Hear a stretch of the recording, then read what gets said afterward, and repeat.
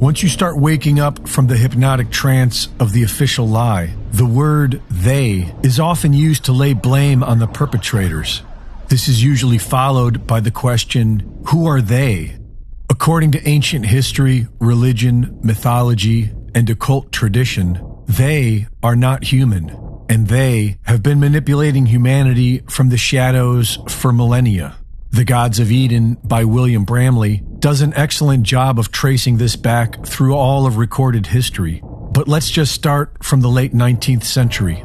Just over a century ago, it was known that giants with red hair and double rows of teeth once inhabited America. These 9-foot-tall giants were written about casually in 1874 by Abraham Lincoln. A few years later, the Smithsonian Institute began confiscating giant mummies and skeletons by the thousands. In 1886, the exclusive Jekyll Island Club was founded and built upon an ancient burial site of the Timucua tribe, who were said to be giants. In 1910, the Federal Reserve banking conspiracy was hatched on Jekyll Island between the Rothschild banking dynasty and the Rockefeller family, whose cabin there was known as Mound Cottage and said to have been built upon a sacrificial altar. These powerful families worked together to hide the truth of our mysterious past, and they built a modern society with poison to keep us dumb and lies to keep us confused. The Rothschild dynasty and the Federal Reserve banking system funded all sides of the First and Second World Wars, which paved the way for the creation of the United Nations in 1945. Funded by the Rockefellers, the UN was the beginning of today's de facto world government. The Nuremberg trials resulted with only 12 sentenced to death and 7 sent to prison. The majority were allowed to professionally continue their criminal activities. Nazis who were tried for medical experiments involving cruelty and murder were later brought into Big Pharma through Operation Paperclip, and an entire team of Nazi rocket scientists were brought in to start NASA. While the Nuremberg trials may have been mostly theater, they had their revelations. It was revealed that the Nazi eugenics program stemmed from organizations in America funded by the Rockefeller Foundation and its offshoots. And it was revealed that many high-ranking Nazis believed they were in contact with an alien race known as the Aryans, the same mythical race that allegedly created Hinduism as it is known today. While many Hindu scholars dismissed the claim, the Nazis believed it. It is why they adopted the popular Hindu swastika. They also studied the Vedas, and their most classified project, the Bell, had the same design as the Vimana spacecraft described in these ancient texts. In 1971, a young Klaus Schwab, son of a Nazi nuclear scientist, was placed as the head of what is now known as the World Economic Forum by his mentor, Henry Kissinger. In 1974, Rockefeller protege Henry Kissinger wrote National Security Memorandum 200 for the United Nations. This is popularly known as the Kissinger Report and is one of the foundational documents of the depopulation agenda unfolding today, with Klaus Schwab and the World Economic Forum acting as the tip of the spear. And so who are they? Several will say it's the Rothschild family, but they seem to work for the crown. Others argue that the Vatican holds more sway. Many people insist it's the Jesuits, and some swear it's the Jews. According to occult records, a character named Sanat Kumara rules over the world from inside the earth, along with a group known as the Great White Brotherhood, 7 in total. Helena Blavatsky says these 7 Kumaras are the same as the 7 Dhyanis, the 7 archangels, and the 7 Elohim, the 7 representing the 7 sisters, also known as the Pleiades star cluster. NASA, which was started by Nazis, Freemasons, and Satanists, has been obsessed with both Pleiades and Orion ever since the Apollo moon missions. According to hundreds of alien abductees, that is where most aliens claim to be from. 2 different factions, one to help liberate humanity and the other to enslave us. It is the oldest story on earth, good versus evil, the darkness and the light, the white hats and the black hats.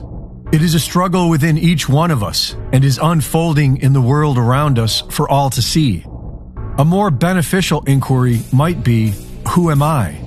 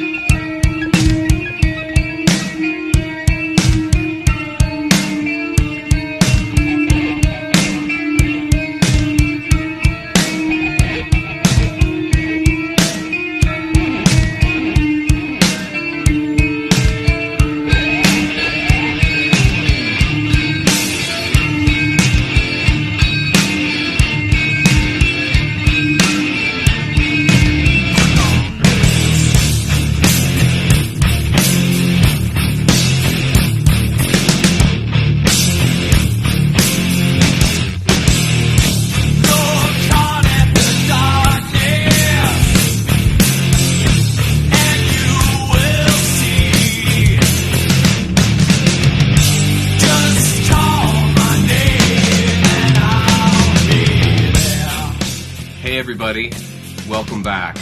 You're seeing part 2 of Khazarian Mafia, the God Eaters. I welcome you. I'm sure that you've already seen part 1. Part 1 was a big hit. I cannot believe how many people watched part 1. I don't know why that was the case, but I guess I hit a nerve with this. So I'm happy about that, and I'm really hoping that today we can cover some amazing ground. I have some awesome information that, had I known this kind of thing much earlier in my life, I would have made such better decisions for myself. I spent so many years involved in a belief system, and it really messed up my thinking. It really messed up how I understood the world. And I mean, I guess this is a good way to start off, but 3 gentlemen were critical and instrumental in my recovery, in getting out of a system of belief. Those 3 men were Terence McKenna, Dr. Joseph Campbell, and Alan Watts. And actually today I'm going to open up with a little story from Alan, because these guys, those 3 gentlemen, were so helpful to me in my life. They'll be helpful to us today as we cover some ground that's going to be extremely challenging. I kind of have to calm down. My heart is really racing right now because there's a lot of really amazing information coming, and I can't rush it. I have to be very calm. So in a lecture that Alan gave years ago, he's since passed away, but in a lecture that he gave years ago, he told a story of a woman who approached him and said to him that she was deathly afraid of black widow spiders. And she wanted to know how to cure her fear. And Alan said to her, well, there's really only one way to cure your fear, and that is to learn about, to know what you're afraid of, because it's what we don't know that causes fear. It's what we don't understand and don't know that causes fear. And so he said, I want you to go to the library, and I want you, this is back before the internet, I want you to, he said to the lady, I want you to go to the library, and I want you to get every single book you can find on black widows, every single picture book, every single scientific book, every single book that you can find on black widow spiders. And I want you to read everything, look at everything, and I want you to spend days, weeks, months if you need to learn everything there is to know about black widow spiders. Okay, I guess she was a local, because he said she came back to him at another lecture later on. He was down in San Francisco where he did most of his work. He lived on a ferry boat, which is awesome because that ties into Buddhism, but I can't get carried away with that stuff. So he was at another lecture, and she came back to him, and she said, you're not going to believe this, but I not only am not afraid of black widow spiders anymore, I've actually started to collect them. And right there is a brilliant example of one of the greatest truths in philosophy, and that is, when you know yourself, you conquer all your fears, because you're no longer afraid, because you know who you are, And then as well as things that you are afraid of that are outside of you, when you learn them, you conquer all your fears. And so today, that's a wonderful introduction to today, because today we're going to learn how to conquer our fear in regards to the Khazarian Mafia, and we're going to follow them from about where I left off last time. And by learning about them, we're no longer going to be afraid of them, and we won't be afraid of their symbolism. Some of the symbolism I have in here is pretty frightening, and so you'll need to learn about these things, to know these things, so that they're not frightening anymore, and they'll just become benign. They'll just become just another aspect of life, another characteristic of life, another experience in life that you come to know through experience. Okay, so, my goodness. So with that in mind, let's head over to my little time map here that I didn't spend hardly any time on. I spent so much time on this, I should have. But I want to recap a little bit of what we looked at so that we're all on the same page as to what's happening. Now, one of the best things to know when you begin to study history are the ages, the major ages. And so I have written them down here: the Stone Age, the Bronze Age, the Iron Age, and the Roman Age. And by knowing this order, this chronological order, you're going to better understand the events in history. And by better understanding these things, you can find the patterns. And by finding the patterns, man, that's how you understand something, and that's how you conquer fear. And just find the similarities, and it'll all begin to make sense to you. Okay, so going back to the beginning, this bloodline we've been tracing of the Khazarian Mafia, a number of the witnesses that I have watched and read testimonies of and so forth talked about how the Luciferians that preyed on them would claim their lineage back to the Amalekites. And so that's how Amalekite has continued to come up in my dialogue here with you, is because that's where I'm getting the evidence that I'm getting out of the videos I'm watching, the books that I'm reading, and all that I'm gathering to pull this stuff together. There's been a common theme of Amalek and the Amalekites. And this is Amalek, and as we saw in the last video, Amalek, this means liquors of blood. But what I want you to notice here on my timeline, and this is what all this has been building up to, is this 1 BC notation on this map I've got here. So you see in purple there 1 BC, and it says trade routes, China to Europe open. I'll never forget this, but years and years ago when I was fighting cancer, I was watching a lecture series by Dr. Joseph Campbell called Mythos. And he mentioned in that series that these trade routes that opened up between China and India and on into the West are what eventually destroyed Rome. And the reason why these trade routes eventually destroyed Rome is because these trade routes opened the path and gateway for the cynics, for the Eastern religions and principles that were brought into the West. And so you had these people that had migrated over, and they came in and they brought great challenge to the spiritual fundamental that was prevailing in Rome. And as anybody would know, if you destroy the prevailing spiritual notion of a group of people, that people will split apart. People die for their religions. People die for their belief systems. And so it's essential that any community of people is united. They are united in a spiritual sense, in a spiritual understanding that that particular culture has captured. Now, we all know in this age of information, we all know as time is moving on and so forth right now, that it's not a good idea to be in a hive mind. It's not a good idea to be locked down to one particular belief system. But what you have to understand is they had no internet at this time. Communication was hard to come by. And so what you knew was what your local community knew. And so if you break apart a city in their belief systems, in their spiritual system, who their gods are, what their traditions are, what their annual traditions are, what they celebrate, who they worship, all this kind of stuff. If you break that up, that society is doomed. And it was Dr. Campbell's contention that essentially, at the end of the day, it was the spiritual dissolving of Rome that eventually broke the thing apart. And then that combined with the corruption at the top of the scale, and that is our concern, the Khazarian Mafia. And they had already infiltrated Rome. And this is what isn't understood, and I've got some great videos I'm going to show you today, that's going to show you how we went from Rome and this ancient Iron Age and this brutality age and fighting and war age into this whole psychological, spiritual age that was birthed with the birth of the Roman Catholic Church in 325. And so what's really critical in understanding yourself and in understanding this group and history and so forth is bridging that gap. And in understanding those ancient peoples were the ones who formed modern society. Nothing happened or ended them.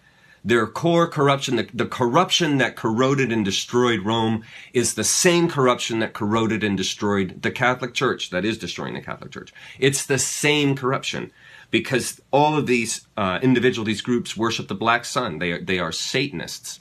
And so whether they know it in that language or not is beside the point. The point being that is the spiritual center. That's the uniting point. That's the principle that undergirds the Khazarian Mafia, is this Satanism, this Luciferianism, this black sun worship, Baal worship, the sacrifice of individuals, the sacrifice and consumption of children. This is all what underlies this group. And I'm trying to show you through this lecture is that it has always been that way. They have always been cannibals. This goes all the way back past the Canaanites. And it's past the Canaanites because it was the Canaanites who were communing with this evil to understand and learn this control system, this mind control system, this sadistic system of worship that controls societies and oppresses and sacrifices societies. Okay. And so what I'm trying to do here now is bridge that gap. So one of the critical elements, one of the veins that's going to bring you understanding are these trade routes. And if we look at our map here, I've superimposed this picture of Khazaria. Now to remind you, this is Khazaria. And as you see, it's right there between the Black Sea and the Caspian Sea, just north of the Caucasus Mountains, which is just north of the Levant. They're next to the Mediterranean, as I showed you in the last video. Now look, I've taken that picture here, you see? And I've taken that picture and I've superimposed it, done my best to size it correctly, to not only show you the size of Khazaria, you see, but how the trade routes from India and China all pass through this area. Now what's critical to understanding in how the Khazarians gained wealth and power are the trade routes, because they were bringing the money. They were marauders. The Khazarians were marauders, and they not only had tolls and taxes that they levied on travelers that went through there, but they actually preyed on the families. And I told that whole story in the last one. No need to go into it because we have so much to cover today. And so they would prey on these families as they would pass through, and you could see right there, as they're passing through this area to get to the west, you cannot avoid Khazaria. You can't avoid it. It's right in the middle of things. And this is how, from 1 BC, we get to 100 AD. That 100 years between the trade routes opening and the beginning of Khazaria, as we find in this essay we're going to be reading today, it's during that time frame that this whole system develops and Khazaria basically is born, because they have this unlimited supply of money that's coming through their travelers, human meat, human sacrifice, and then they take on the identity of those people and move into the West eventually.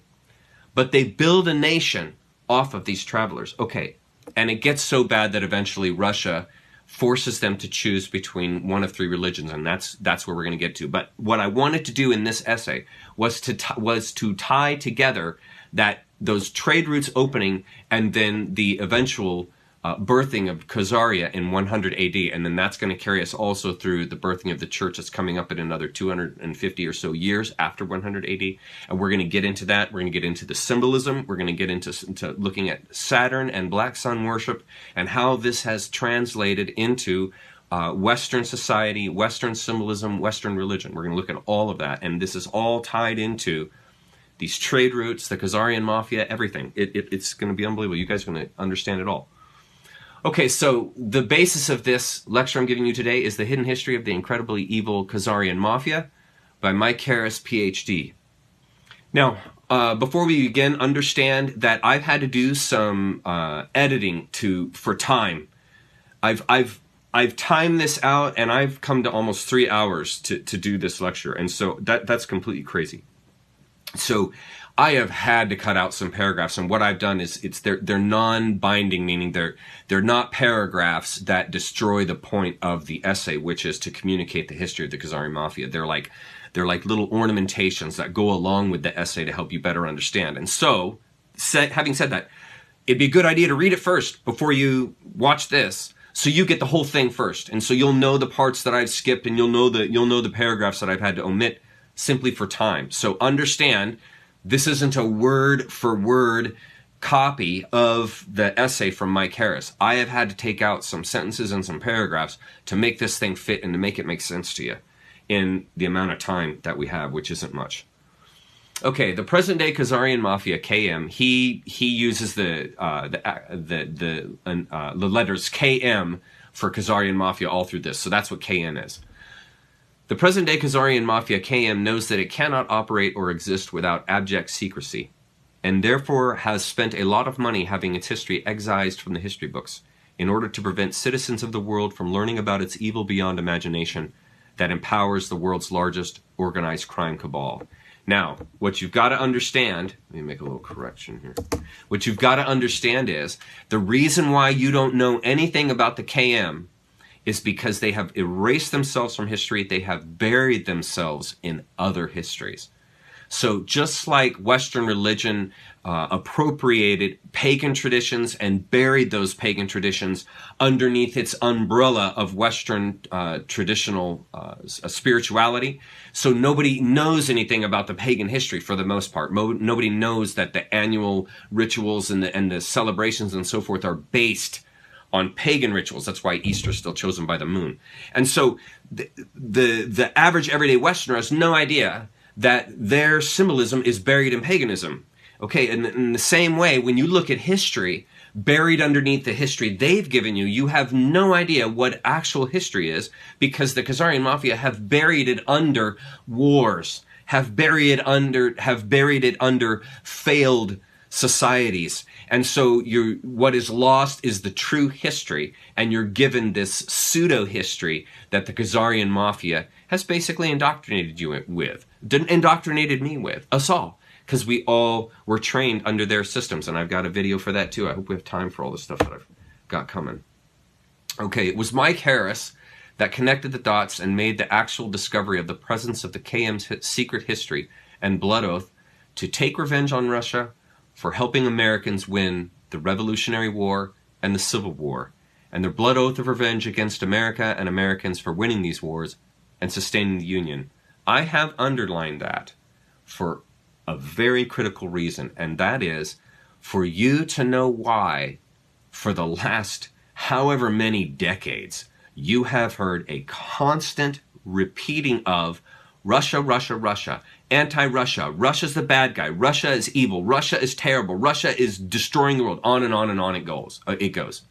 Okay? And all of us were buried within that inculcated idea that Russia is the source of all evil. Now, what you need to understand is Russia played a critical war in keeping the Khazarian Mafia from taking over the world.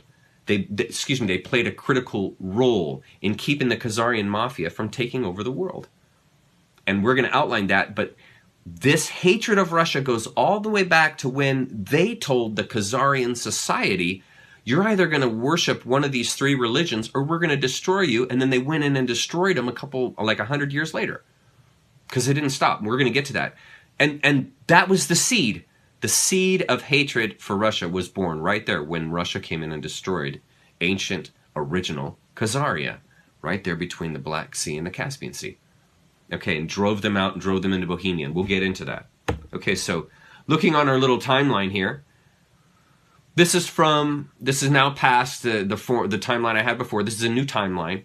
And I have the ages written down. You could see there at the bottom it says Dark Ages, Reformed Age, Industrial Age, and Modern Age. These are the ages, the themes that carry society through time. And they're underneath these themes because these are the prevailing technology, the prevailing force, the prevailing energy that is driving these societies. And that's why you had the Stone Age, the Iron Age, the Bronze Age. It is that metallurgy that's driving the power of that society. And so in the same way, you now have here in these next ages, look here, you have the Middle Dark Ages. What is happening in the Middle and Dark Ages? Knowledge is kept from the people. When you keep people outside of truth and outside of information, you keep them in the dark.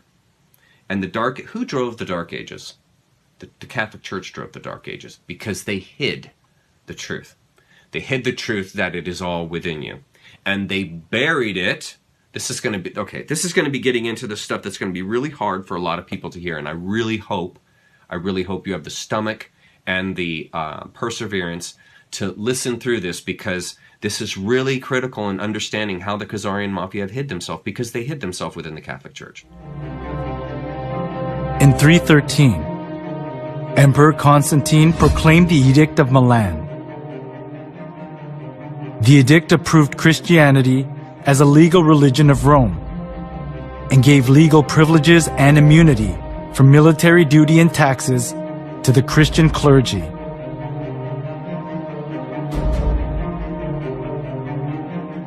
There was the political goal of Constantine underlying such kinds of preferential treatment.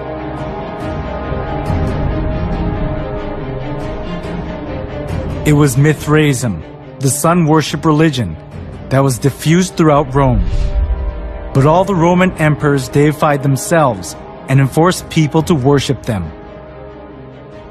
Some of the nobility were fascinated by the Egyptian mystery religion.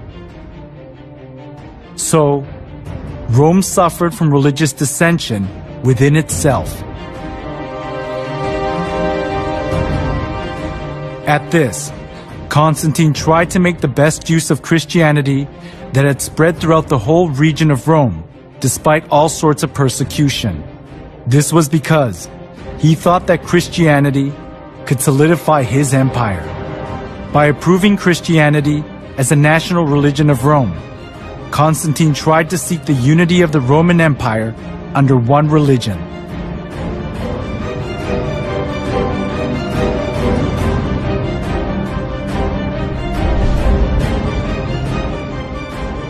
Thanks to Constantine's pro-Christian policies, many believers of the polytheistic religions of Rome streamed into the Christian Church. This tightened Constantine's political grip, and Christianity positioned itself as the religion of Rome, expunging persecution and contempt it had received so far. However, the indiscreet conversion they did without having any kind of understanding or faith, rather produced an adverse effect, the influx of pagan customs into the church.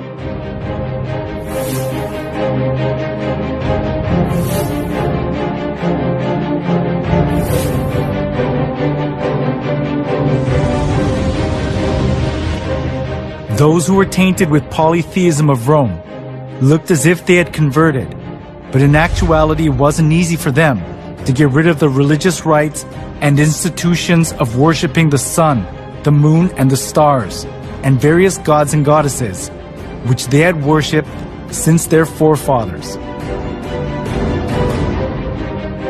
The church in Rome sought for solutions to disburden the pagans when they converted to Christianity. It was to bring in things similar to the gods that the pagans had believed into the church. They thought they would increase the number of pagan converts by doing that.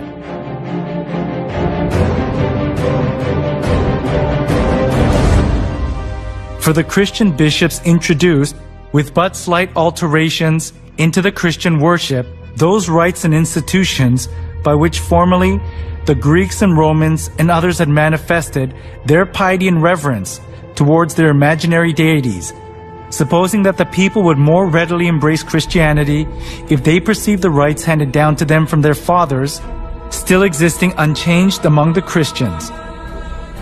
To attract more pagans, the church in Rome tried to Christianize various kinds of pagan gods to suit the Bible. One of the most representative things among them was accepting pagan customs of the sun god worship tradition. The church in Rome identified Jesus with the sun god.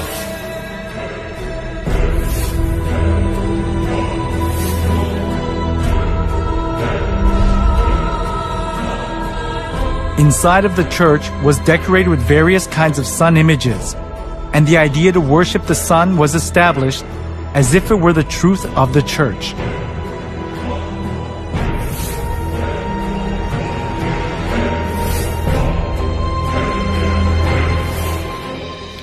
Okay, so by knowing this, that the Khazarian Mafia hid inside the Catholic Church, it's important to understand not only why that happened, but how that happened. And that is exactly what this map and this lecture is going to begin to show you.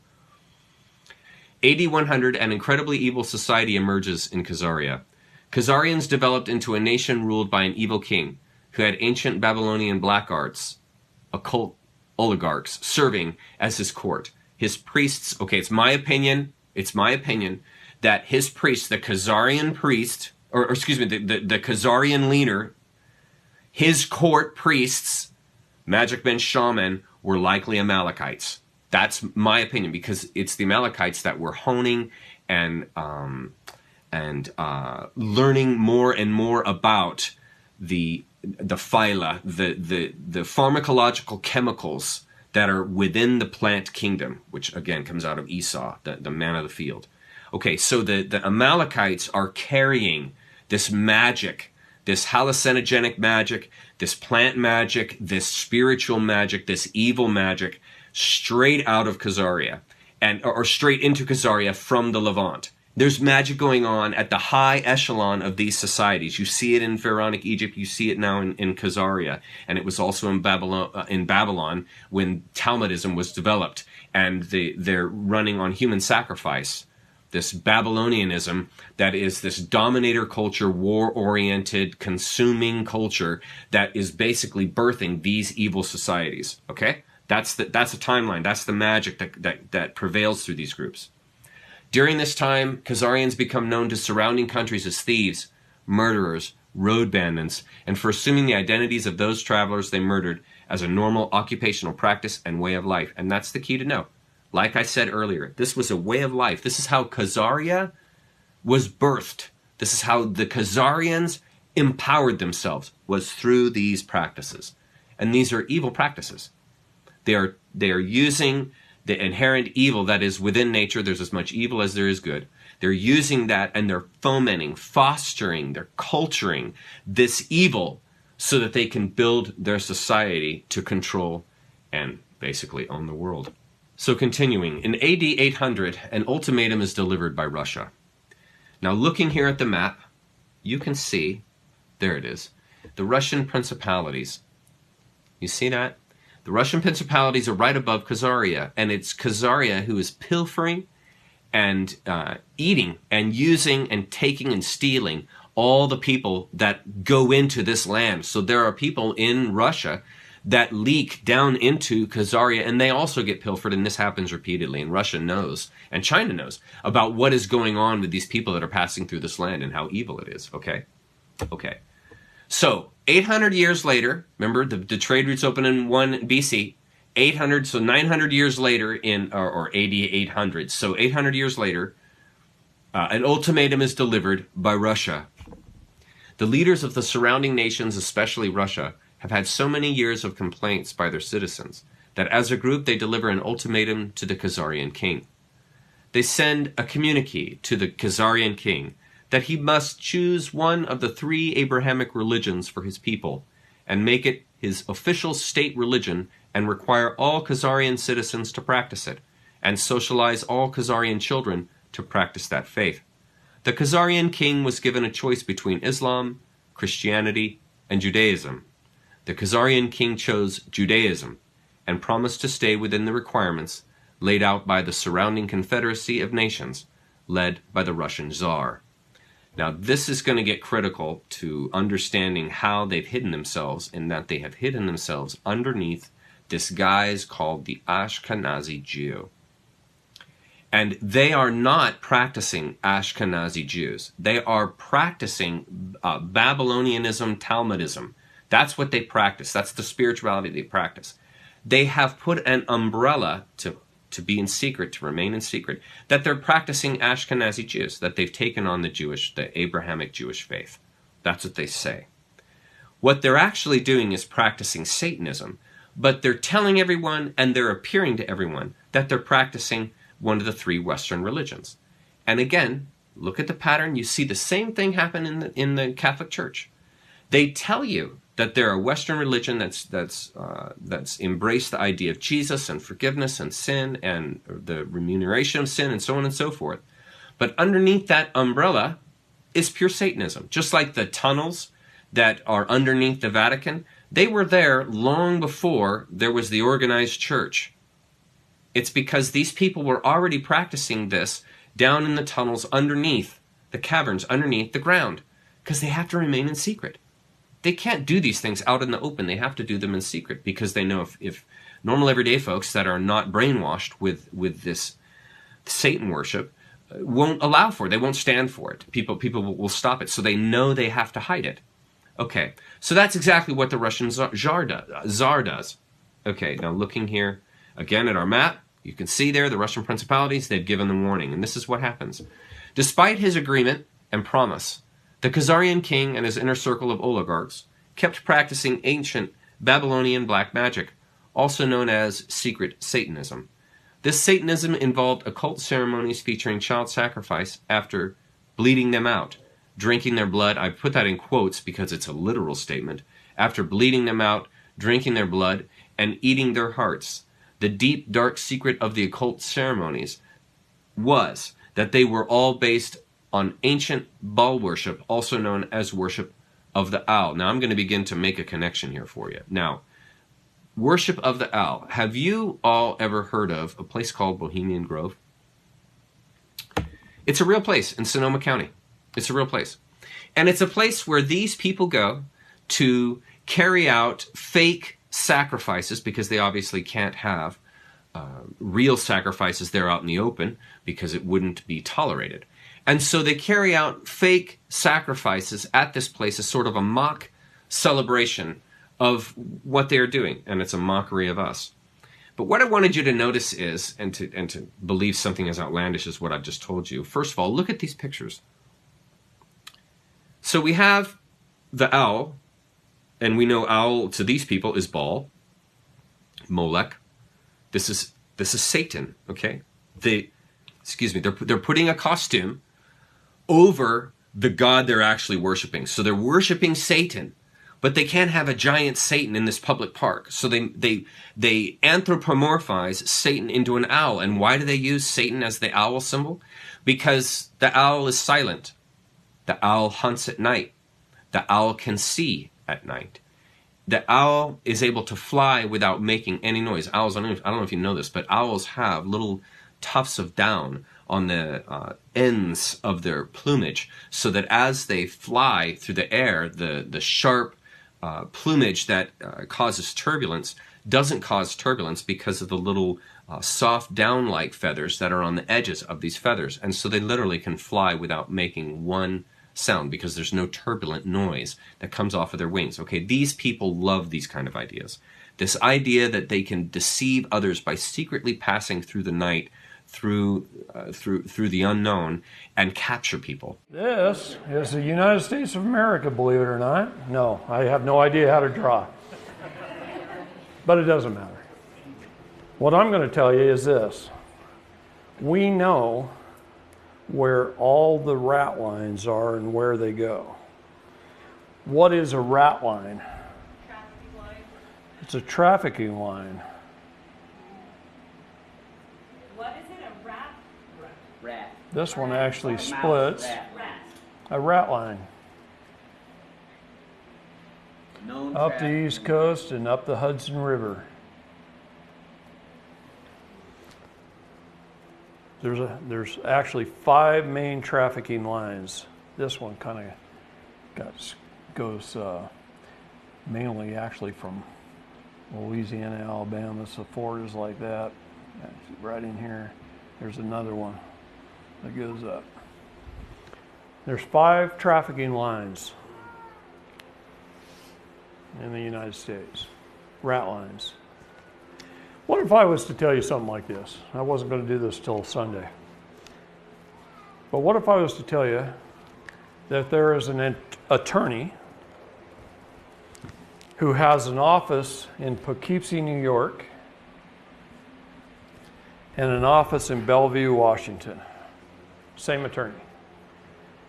And he's partnered with an attorney out of Bellevue and an attorney out of here.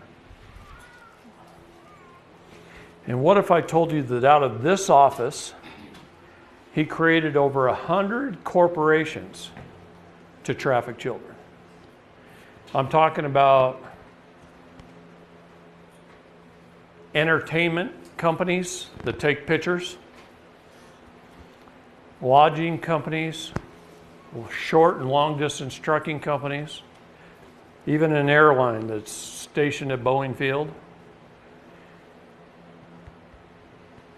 offering companies. You have to have all elements of trafficking. So you have to have transportation, logistics, offerings, okay? 5x5 entertainment, Wild Child Entertainment. Corporations like that, he's set up. What if I told you he set them up under mostly aliases names, but we have the real names too? What if I told you he set them up for people who are police officers, county commissioners, and judges? I'd believe it. Okay? I read Frank on the cover up. Now, what if I told you the same attorney in the state of New York owns 17 child protective services agencies in the state of New York? And he also owns 17 family courts. He owns the Spafford Center, which traffics children to Jerusalem and the United Kingdom. What if I told you I had pictures of 2 American boys with a Hezbollah boy over in Jerusalem carrying AK-47s, and one's 7 and one's 11. And I know where family they came from here in America.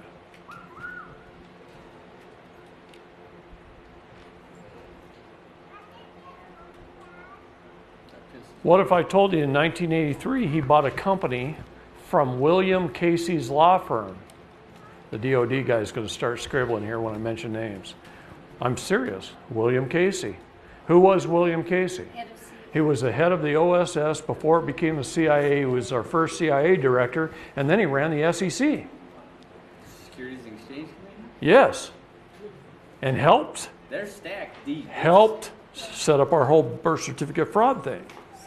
He also started the Spafford Center under a different name back in the 30s. And he died in 1975. And in 1983, this attorney bought it from Casey's law firm. It's a corporation sole. Does anybody know what a corporation sole is? It's a corporation that started so old that is grandfathered into under all laws. It's a powerful corporation. A corporation sole. It was owned by William Casey. Wasn't Casey murdered? Or no? I wish he was. Anyway, and he can take children out of New York City or any other county that he has one of his 17 agencies. He can show up at your house with a cop, kick in your door, his CPS agents take a kid, jump you through a bunch of parental hoops, terminate your parental rights through his own judges and his own guardian ad litems and his own, and he's licensed by the state to do business. He's protected under the commerce laws. He's sanctioned by the state. When you run his name of his family services companies on Google, they come up higher than the actual state of New York's family services in the search engines. So if you're going to turn somebody into CPS and you Google it, good chance you're turning it into a guy who set up hundreds of pedophile companies. Because they do protect each other. Now, what do you think about that? And what I want you to notice is look at the age of these people. This is a sophisticated society. This isn't a bunch of 20-year-olds and teens that are going to dance around an owl in the middle of a park in Sonoma County. These are adults. Look at how they're dressed. They're wearing suits and ties. Look at and then notice, look at the face of the gentleman on the left there. Smug. They're giving you a smug look. Look at the 1, 2, third guy from the front, sitting in the chair. Look at the way he's looking at the camera. It's a smug look. Same with the guy next to him. There's even a guy smiling back there. You see, these people know, in other words, they know what they're doing. It's my contention, I'm not going to spend a lot of time on this, but it's my contention that the KM attempted to bring in Hollywood into the presidency using Ronald Reagan. Now, I don't know how deep Ronald Reagan was into this. I think a lot of his presidency, he was just being controlled and used because nobody tells these people what to do. I mean, JFK tried to tell him, and they killed him. So whatever was happening with Ronald Reagan, I think that they were using him as a figurehead. They were trying to bring in someone that was controllable, that all the public already liked, a handsome guy, and a well-speaking, a well-spoken man. He knows how to handle himself in public, and he's very good and adept at having public dialogue, and he can even play different parts. He's an actor. He's good at playing parts. And these kind of human characteristics would be very helpful to a group who's trying to deceive a public, who want a figure at the top who's controllable, that's likable, and can play the part. And by sticking Hollywood figures in there, they would be able to even more easily and more fluidly control the public. There you can see Richard Nixon. He was neck deep in the whole thing. This is 1955. And then I also threw in a couple extra pictures here. This is 1904. Look at this early picture. They don't even have the owl out yet. Okay? And then here, 20 years later, this is 1924. It says at the bottom right there. I don't know if you can read it. Okay, they're getting more organized. Then look here, looks to be in like the 50s, about 20, 30 years later. Look how many compared to this one above. The tables are chock full. More tables.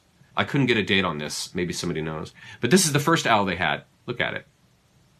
And then they brought in this other one. This looks like a paper mache or, poured concrete or something. But they replaced it with this.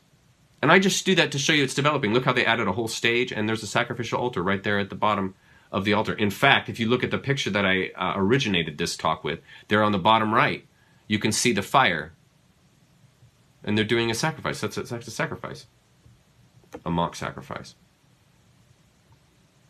Okay, this is owl worship. This is how they hide from you. This is a high society. That's my point in doing this. This is a high organized society. They're wealthy, nobility. They're bringing in the U.S. president. Okay, these are not your everyday Joe people. These are the folks that are steering and controlling the world. And look at them. They're out there doing mock sacrifices in front of an owl. Folks, that's not coincidence. That's not silly games. This is what you need to understand. These people are not playing a game. They are dead serious. It's so outlandish that it would seem that this is just a joke. Nobody would ever believe this. That's exactly why they do it. You would never believe it. Okay. In order to fool the Confederacy of Nations led by Russia that were watching Khazaria, the Khazarian king melded these Luciferian black magic practices with Judaism and created a secret satanic hybrid religion known as Babylonian Talmudism. This was made the national religion of Khazaria and nurtured the same evil that Khazaria was known for before. You see, this king is a deceiver, but in his nature. In his nature. And he developed this religion called Babylonian Talmudism. And what is it? I looked it up. It is a highly racist Zionism. And then to summarize in some statements, it's a superior race theory. Right? They utilize rites of passage. They have exclusive access to God. But see, I capitalize God to say that they're claiming that that is who they are worshiping, but they're actually worshiping Satan. So that G would be small. But what they're claiming is that this is God. That's their claiming. So they have exclusive access to this God because of their blood sacrifices, because of their giving themselves to this God completely and doing evil against the hated Goy, which is us. That's what the Talmud people, the Babylonian Talmudism folk, we are the Goy. Meat, We are the meat and cattle. We are their asset to use and destroy and slaughter as they wish. Okay, that's this religion. That's this Talmudism, this Babylonian Talmudism. Blood sacrifice oriented, meaning that they actually carry that out. Calendar dates obsessed. They're obsessed with their yearly rituals. If you look at the satanic calendar, there are literally festivals, holidays, all kinds of celebrations every single month, are critical celebrations to it. These are people who are oriented to the cosmic time frame, and we're going to get into that when we get to the Saturnalia and Saturn worship. But they are highly oriented to the cosmic time frames, and so they are obsessed with calendar dates and with annual traditions. They're highly tribal. Again, that comes out of the Canaanite stuff. Absolute in opinion and secure in belief system. So that their opinion is absolute and final.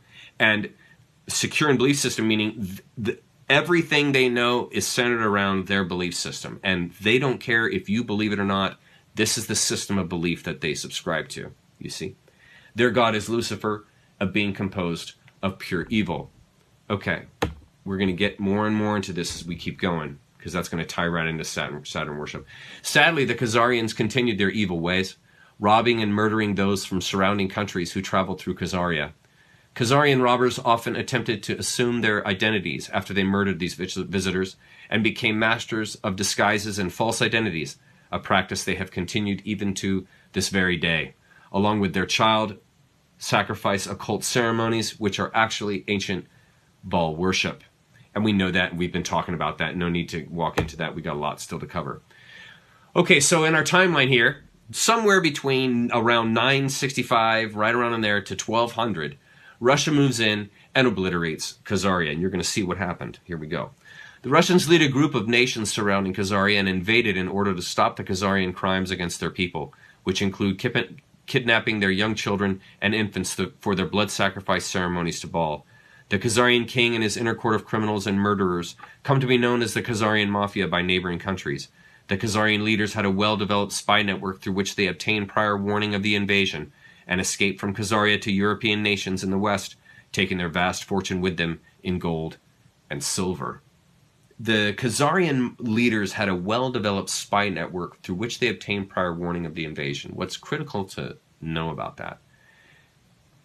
This shows you that they had already infiltrated in that 800 or so years. They had already infiltrated Russia. They had already infiltrated down south into Mesopotamia. They had already infiltrated into the surrounding countries with spies and informants.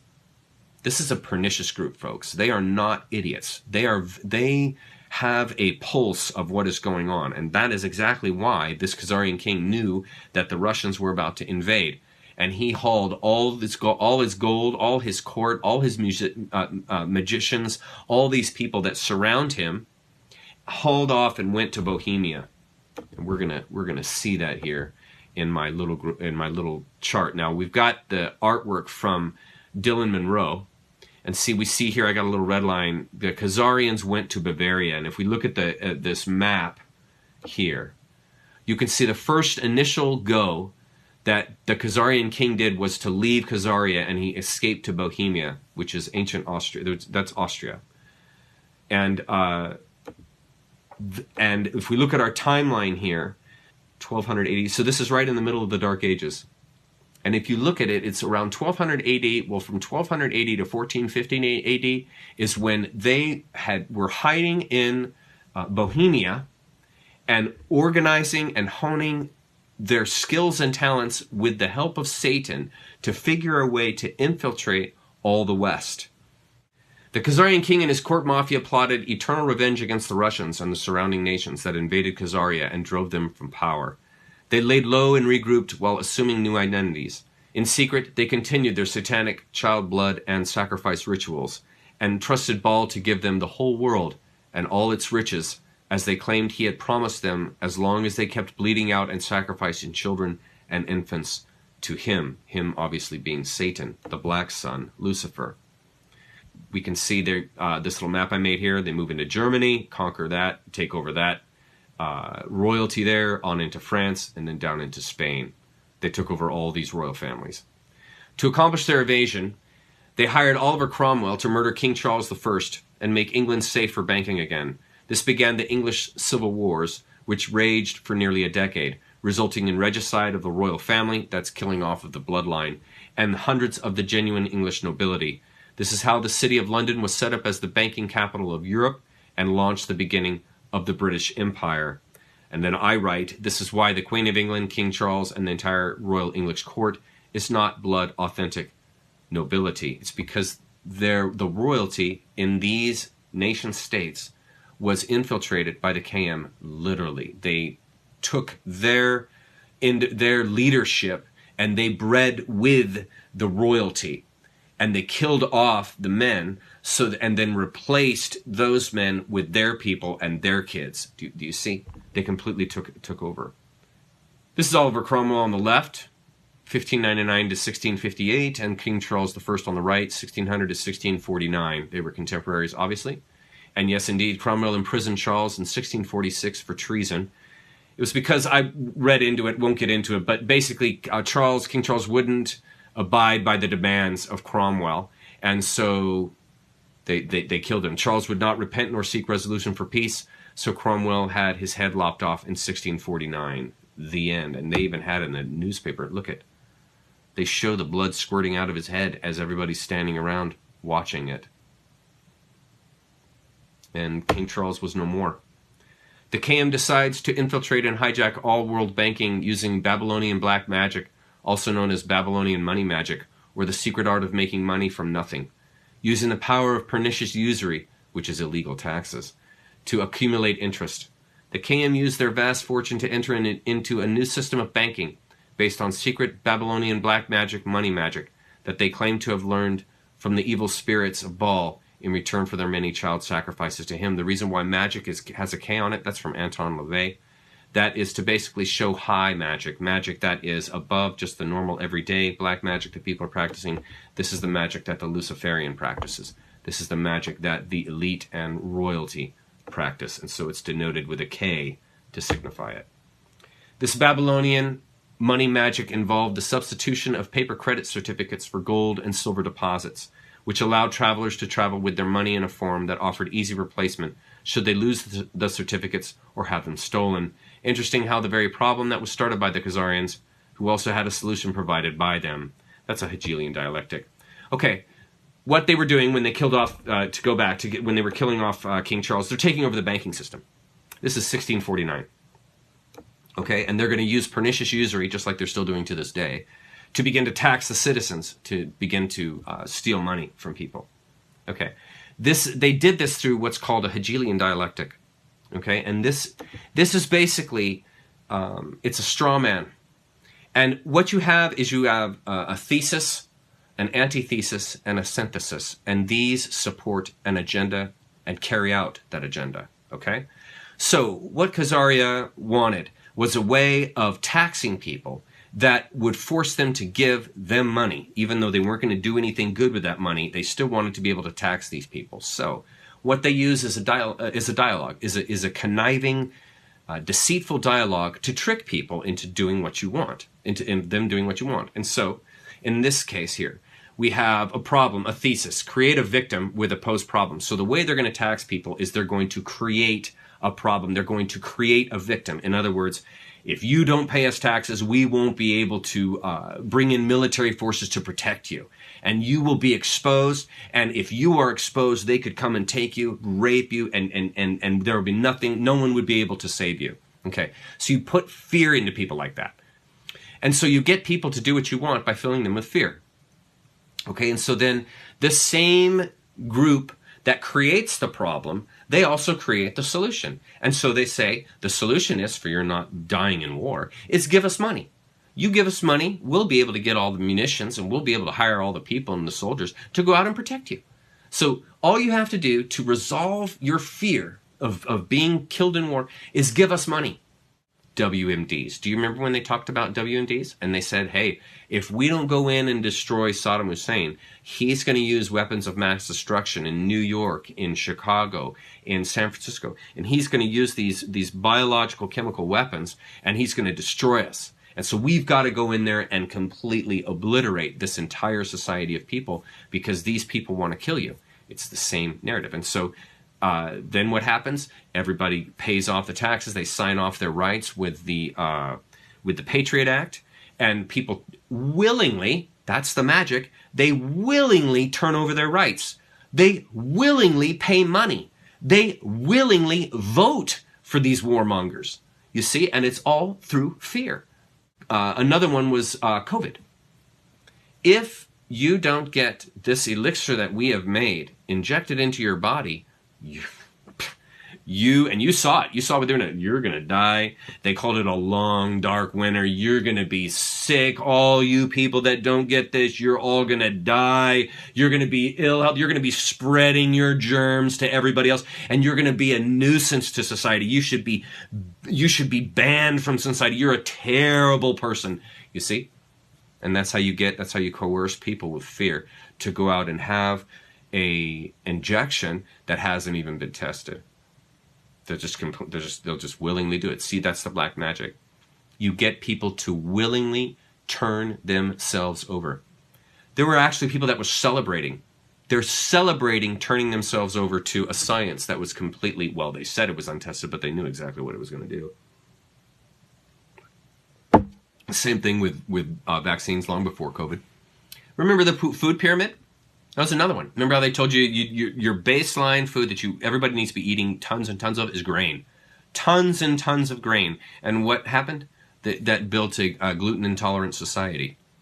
Blew out the enzymatic structure with the poisons that they were putting on all the wheat, the glyphosate and whatever other chemicals that they use.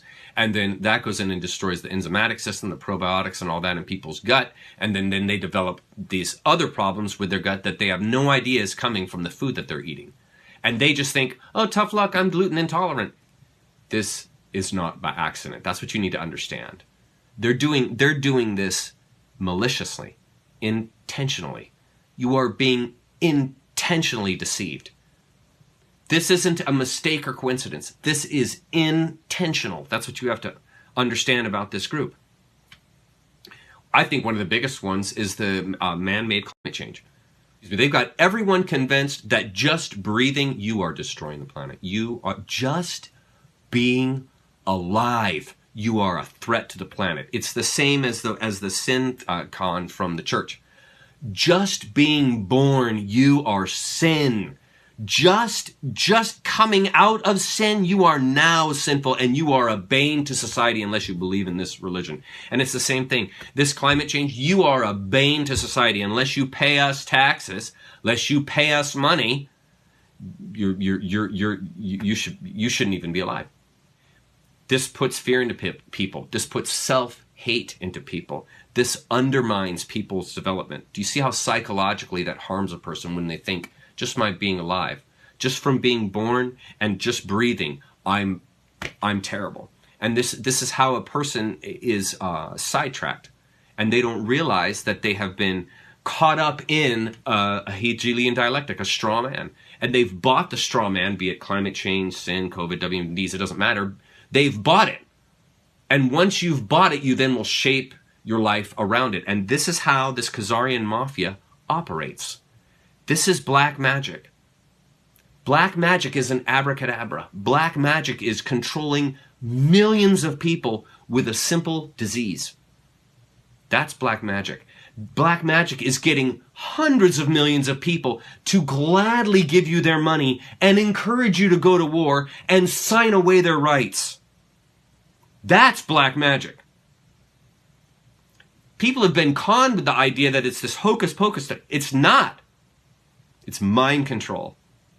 It's psychology. It's the psychology of fear, which destroys and corrodes your mind. This is why I started this lecture with, it's so important to conquer your fears.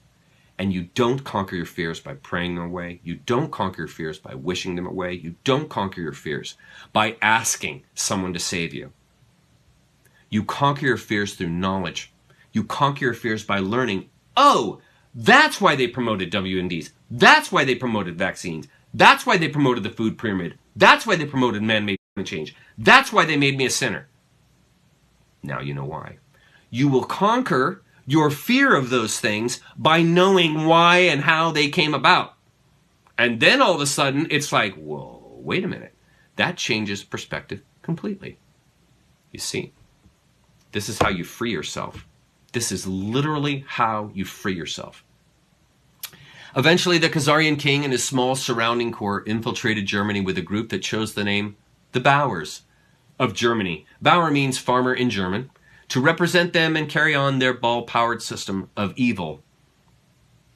The Bauers of the Red Shield, which represented their secret blood-based child sacrifices, changed their name to Rothschild, also known as Child of the Rock or Satan. The Bauer surname genetically traces back to Austria and Bavaria. Remember how I mentioned earlier the Khazarians went into Bohemia, Bavaria, Austria? There you go. We have their name traced right back to Bavaria, Bohemia. And that ties directly to Khazaria, which ties directly, follow, to the Amalekites, which ties directly to Noah, Esau, all that stuff. You see? Are you following it now? You following it now? Okay, so time to do a deep dive. I found this at the top right there. You see that address? That's where I found this. The occult history of the Rothschild family crest. The family crest has a red shield and a hexagram. Did you know that the Star of David is a hexagram? It's a 6-pointed star. We're going to get into that. I've underlined the critical elements. The Rothschild family crest, this red shield. The hexagram is also known as the Seal of Solomon, the Magen David, or the Star of David. It was a symbol of Moloch and Ashtoreth. Saturn, which has been known to represent Satan, was also represented by the hexagram. You're going to say to yourself, now, why would Satan be associated with the hexagram? I'm going to tell you why. Interesting to note, there under Rothschild family crest occultism, Rome was first called Saturnia, the city of Saturn. And if we look at our little map here, look there, right next to the Roman Empire, you see cult of Saturn. Okay, the synagogue of Satan. Who is that? That's the Babylonian Talmudists that are underneath Judea, the Ashkenazi Jews. That's why that says synagogue of Satan. It's because these are Babylonian magicians who are practicing Satanism underneath the guise of being Jews, Ashkenazi Jews. And then across from that, we have the cult of Saturn, the Roman Empire. This comes out of Amun-Ra and the pharaohs. We just don't have time to get into it. Saturn is the black sun. This is the critical thing you need to know. Saturn is the black sun, and the symbolism of the black sun ties directly into the hexagram and the rings of Saturn and the worship of the black sun. Now, this all ties back to a god named Kronos, whose mother was Gaia and father was Uranus, the sky.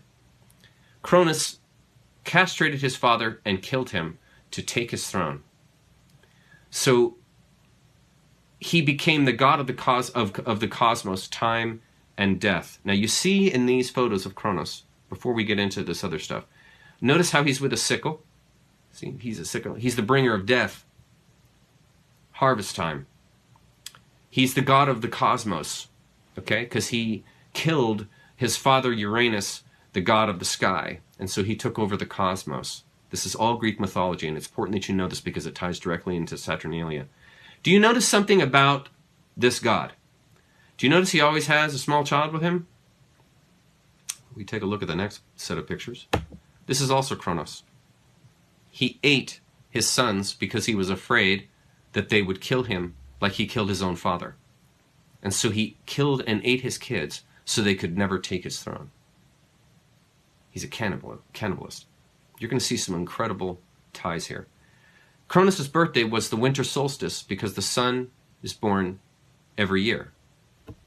Now we're starting to get into the tough stuff. So Kronos' birthday was Christmas. Why was it Christmas or the winter solstice? Why was it the winter solstice? Because this is when the sun is rebirthed. This is when the sun is born. The sun is born on the winter solstice. Does that sound anything like a religion that you know of? That the sun is born on the winter solstice at Christmas time, at the celebration of the rising of the sun. Do you see the trickery that's happening here? Do you see the mind or the word play that's happening here, that plays with your mind? That's all intentional. Cronus, also known as Saturn, is also known as Saturn. Now, why is Cronus also known as Saturn? Rings. The rings of time. Okay? What does time do?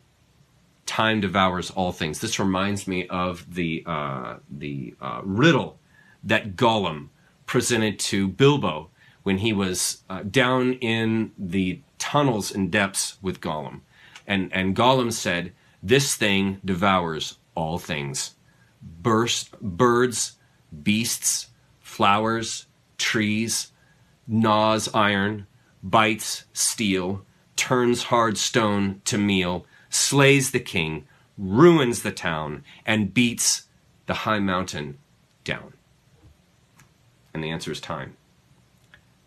Time devours all things. This God represents the devouring of life. Who devours all of life?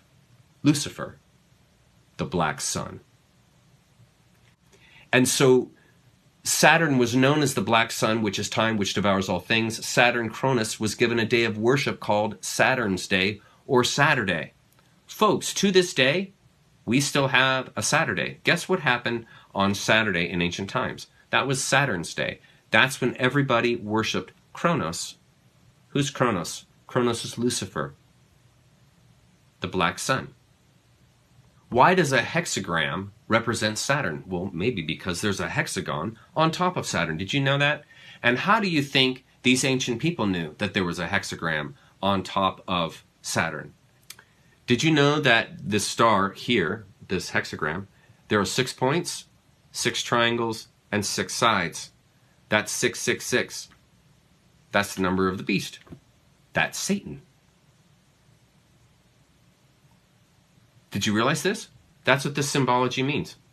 That's who they're worshiping. This ties you in, okay? Saturn was known and worshipped as the black sun, the god of the cosmos, the god of time, the god of death. Time devours all things. Lucifer eats all life. Lucifer, god of the earth.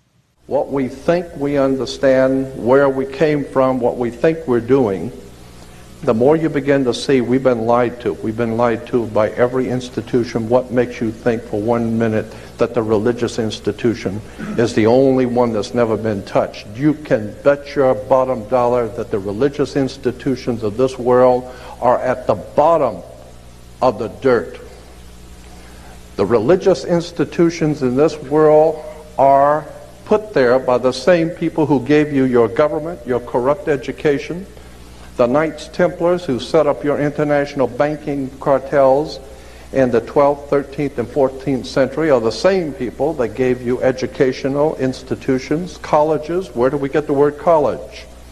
College comes from the collegia, the Latin Roman college of cardinals. I mean, I could go on for hours just giving you examples. I mean, when you graduate, you come out with a square mortarboard, a black square mortarboard. What's all that about? Black square mortarboards. It has to do with the planet Saturn. Saturn, you know, we're told that in the Old Testament that the Hebrew people, the Jewish people, were worshipers of one God. That's never been true. Not true now and never will be true. That's just one more story that's been given to us. That's never been true. The Hebrew people were worshipers of many gods, many different divine beings.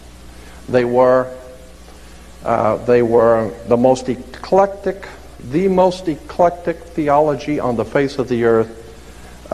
Next to modern day Christianity is Judaism. Eclectic meaning it has collected from all over the world concepts and ideas and put it together and called it today Judaism. Judaism today is the most eclectic religion on the face of the earth. Virtually nothing of what it teaches is true. Virtually nothing of its supposedly background is true. And consequently, the world is filled with violence, bloodshed, or disorder. Good people are dying. There are children who are starving. Our world is in trouble. And people are calling out to God for protection People are calling out to God to help our nation and never realizing for one moment that the divine presence in the universe not listening. Why? Because you have your own concepts of whatever you think is true, whatever you believe to be true, but you have never confronted the real truth. The real truth is that the people who are in power, who put this system together, have been in power for thousands of years. This has been going on from day one. All of the things which are going on in this world today, from 9/11, all of the wars in the Middle East, all of the incredible bloodshed that's being spilled all over the earth, can be traced back to, and you might want to remember what I'm saying here, because I'm sure you're not going to make the connection when I first tell you, but I'm going to try to explain it to you. The things which are happening today, the people who are in power in this country, the great generals from around the world who are planning wars and violence and bloodshed, all of this stuff can be traced back to the planet Saturn. Saturn is a very, very pivotal, important concept in theology and religion. And most people have never been told any of this and have no knowledge of it at all. But the planet Saturn is very important in world affairs, in theology. In the Islamic belief, the holy city of Mecca, which is in Saudi Arabia, Mecca has a Masonic circle, and within the Masonic circle is a square, because you got to do everything on the square, remember. You have a town square, you have New York Square, you have Vatican Square, you have Red Square, you have all kinds of squares. Why? Because this is Masonic, and it goes all the way back into the ancient world, the terms and symbols.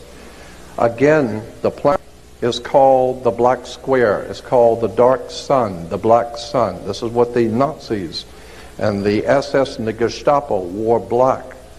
That's why priests wear black. That's why judges wear black robes. Why do you think a judge wears a black robe? He wears a black robe because when you used to graduate from university, you wear a black robe.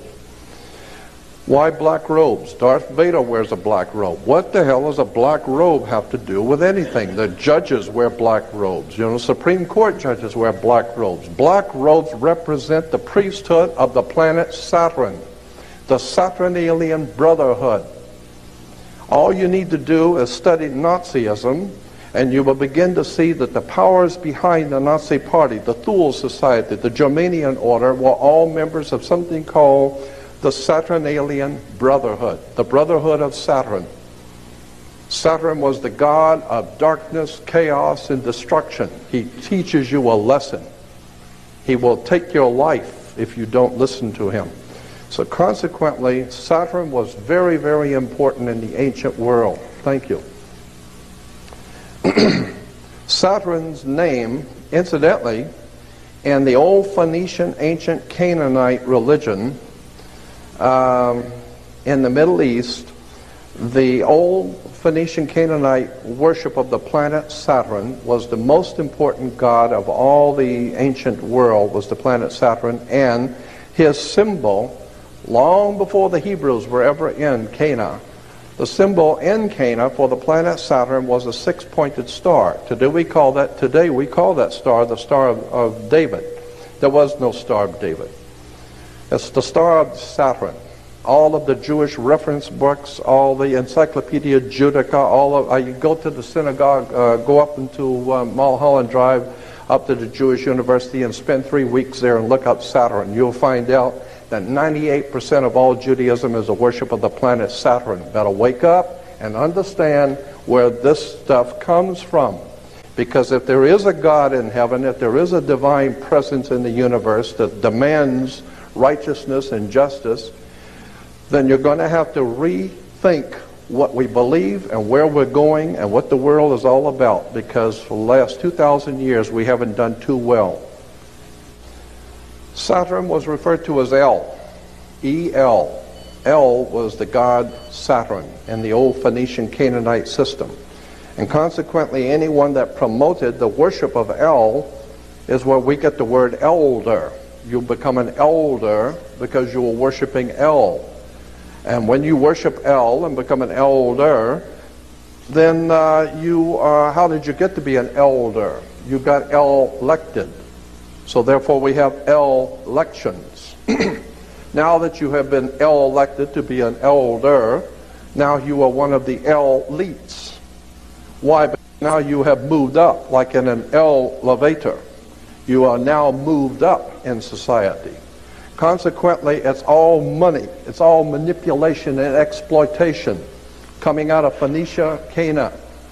It goes back to the old Sumerian, Babylonian systems of words and terms and symbols and emblems that have been used to manipulate the whole human race. Because our masters don't give a damn about you or your family or your destiny with God. All they care about is what they have always cared about, and that's controlling the whole damn world. So there's the black sun on the left. There's the hexagram. There's the hexagon on top of Saturn. And then we have Cronus. What I'm emphasizing here, what I'm trying to show you is, these are all the same thing. They all represent Lucifer. They are all symbols for and of Lucifer. That's why they use them. That's why they use this symbology in their worship. It's because they represent, these symbols represent a deeper underlying knowledge. Now look where I found the black sun. I did a search for the black sun, which means Lucifer and Satan. Look where I found it here in the Hall of SS Generals in, I think that's Wewelsburg Castle, Germany. Look, it's right there on the floor. It's in the Azov Battalion patch, their rank. And look, they're holding a flag. There's the black sun, the symbol of Nazism there in the middle. The communism is Satanism. Get it? These are not groups, organizations of people that have your best interest in mind, that have the human interest in mind. They are not interested in your betterment. They're interested in controlling you. They're interested in controlling the power, the planet, having all the power. That's why these are militant groups. They're not there to have a dialogue with you. They're there for you to do as you're told, and if you don't do as you're told, you're either killed or imprisoned. Period. You see, these are anti-human groups. This is an anti-human religion. That's why it centers on cannibalism. It is anti-human. This mafia, this is their religion. The Khazarian mafia's religion is Saturnalia, is ancient Saturn worship, worship of the black sun. This is where it gets even heavier. Saturn equals Satan equals the black cube. Satan and the black cube of Saturn. One of the most mysterious symbols in our culture today is the black cube of Saturn. Saturn is not only the hexagram, it is also the cube. Here's why. The black cube is a representation of the planet's north pole, meaning Saturn's north pole, which forms a perfect hexagon with the diameter of each of its 6 sides being very close to the projected diameter of the Earth. The cube is a 3-dimensional representation of the 2-dimensional hexagonal north pole of Saturn. That's why they're related. Look here, from Fritz Springmeier. This is the gentleman that wrote that book, The Illuminati, The Blood of the Illuminati, or that book that talked about the Illuminati. This is the same guy, former FBI, CIA. Saturn is an important key to understanding the long heritage this conspiracy has back to antiquity. The city of Rome was originally known as Saturnia, or City of Saturn. The Roman Catholic Church retains much of the Saturn worship in its ritual. Who gave us the Bible? The Roman Catholic Church. The Roman Catholic Church retains much of the Saturn worship in its ritual. Human sacrifice? Is there a human sacrifice at the center of Western religion? Saturn also relates to Lucifer. In various occult dictionaries, Saturn is associated with evil. Look where else there are black cubes. Australia, Denmark, Manhattan, Santa Ana. Oh, and look, guess what also is a black cube? The Kaaba, That's in Mecca. And look at the rings that form around the Kaaba. These folks don't even realize who they're worshiping. That cube literally represents Satan. The cube, when flattened out, becomes a Christian cross. In Judaism, the six-pointed Star of David represents Satan and originates from Saturn. Orthodox Jews wear the black cube of Saturn on their forehead, like the third eye, and call it tefillin. I don't know how to pronounce that. Look how the cube, when you unfold it, it forms a perfect cross. And then we see here, look what's on this dude's head. The black cube. And what does this tell you? Satan is Saturn, is represented in the hexagram, is in the black sun, is the black cube, is the cross. The black cube in Mecca in the occult is called the hypercube. It represents mind control. That's why the TV is black and cube-shaped. The graduation hat is a black cube, etc. It's all mind control. When Muslims walk around the Kaaba in rings, it is a representation of Saturn's rings. Saturn equals Satanism. That is what you're giving your energy to. Same with Christianity. The cross, when folded up, folds into a cube. More mind control. Same with all the other religions, all based in Satanism and created by the dark occult. I'll never forget when I heard, Mark Passio. When I heard Mark Passio claim, I'll never forget this, when he claimed that all of Western religion was invented by the Order of the Black Snake. And I remember hearing him say that and thinking, there's no way. There's no way that's true. And what you begin to find out when you begin to study this stuff and you begin to hear guys like, Jordan Maxwell, and you begin to hear the information they have to tell you. Speaking of which, I'll just go to the next slide. You begin to understand that you've been deceived. You've been deceived because this group claimed God, and they claimed they had exclusive access to God, and you had to follow their symbols and rituals to know this God. That's mind control.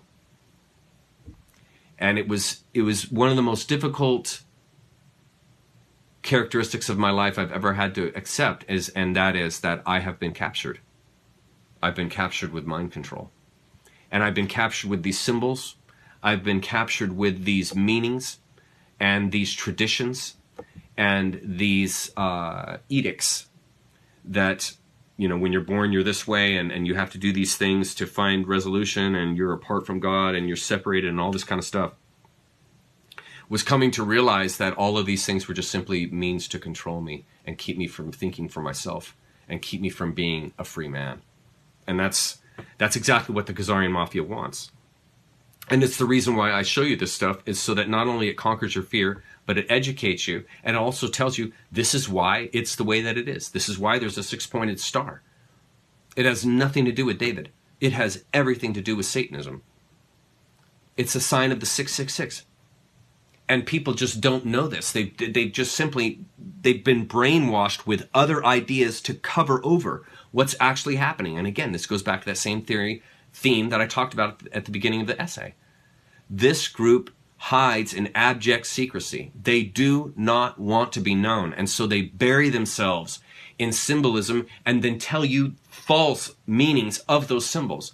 Give you false ideas about yourself in your head, so you'll not only never know anything about yourself or the world, but you'll never catch them. And when I come to you on a day like today, and I show this kind of stuff to you, it's so outlandish to many of you that you're like, there's no way. There's no way. This guy's nuts.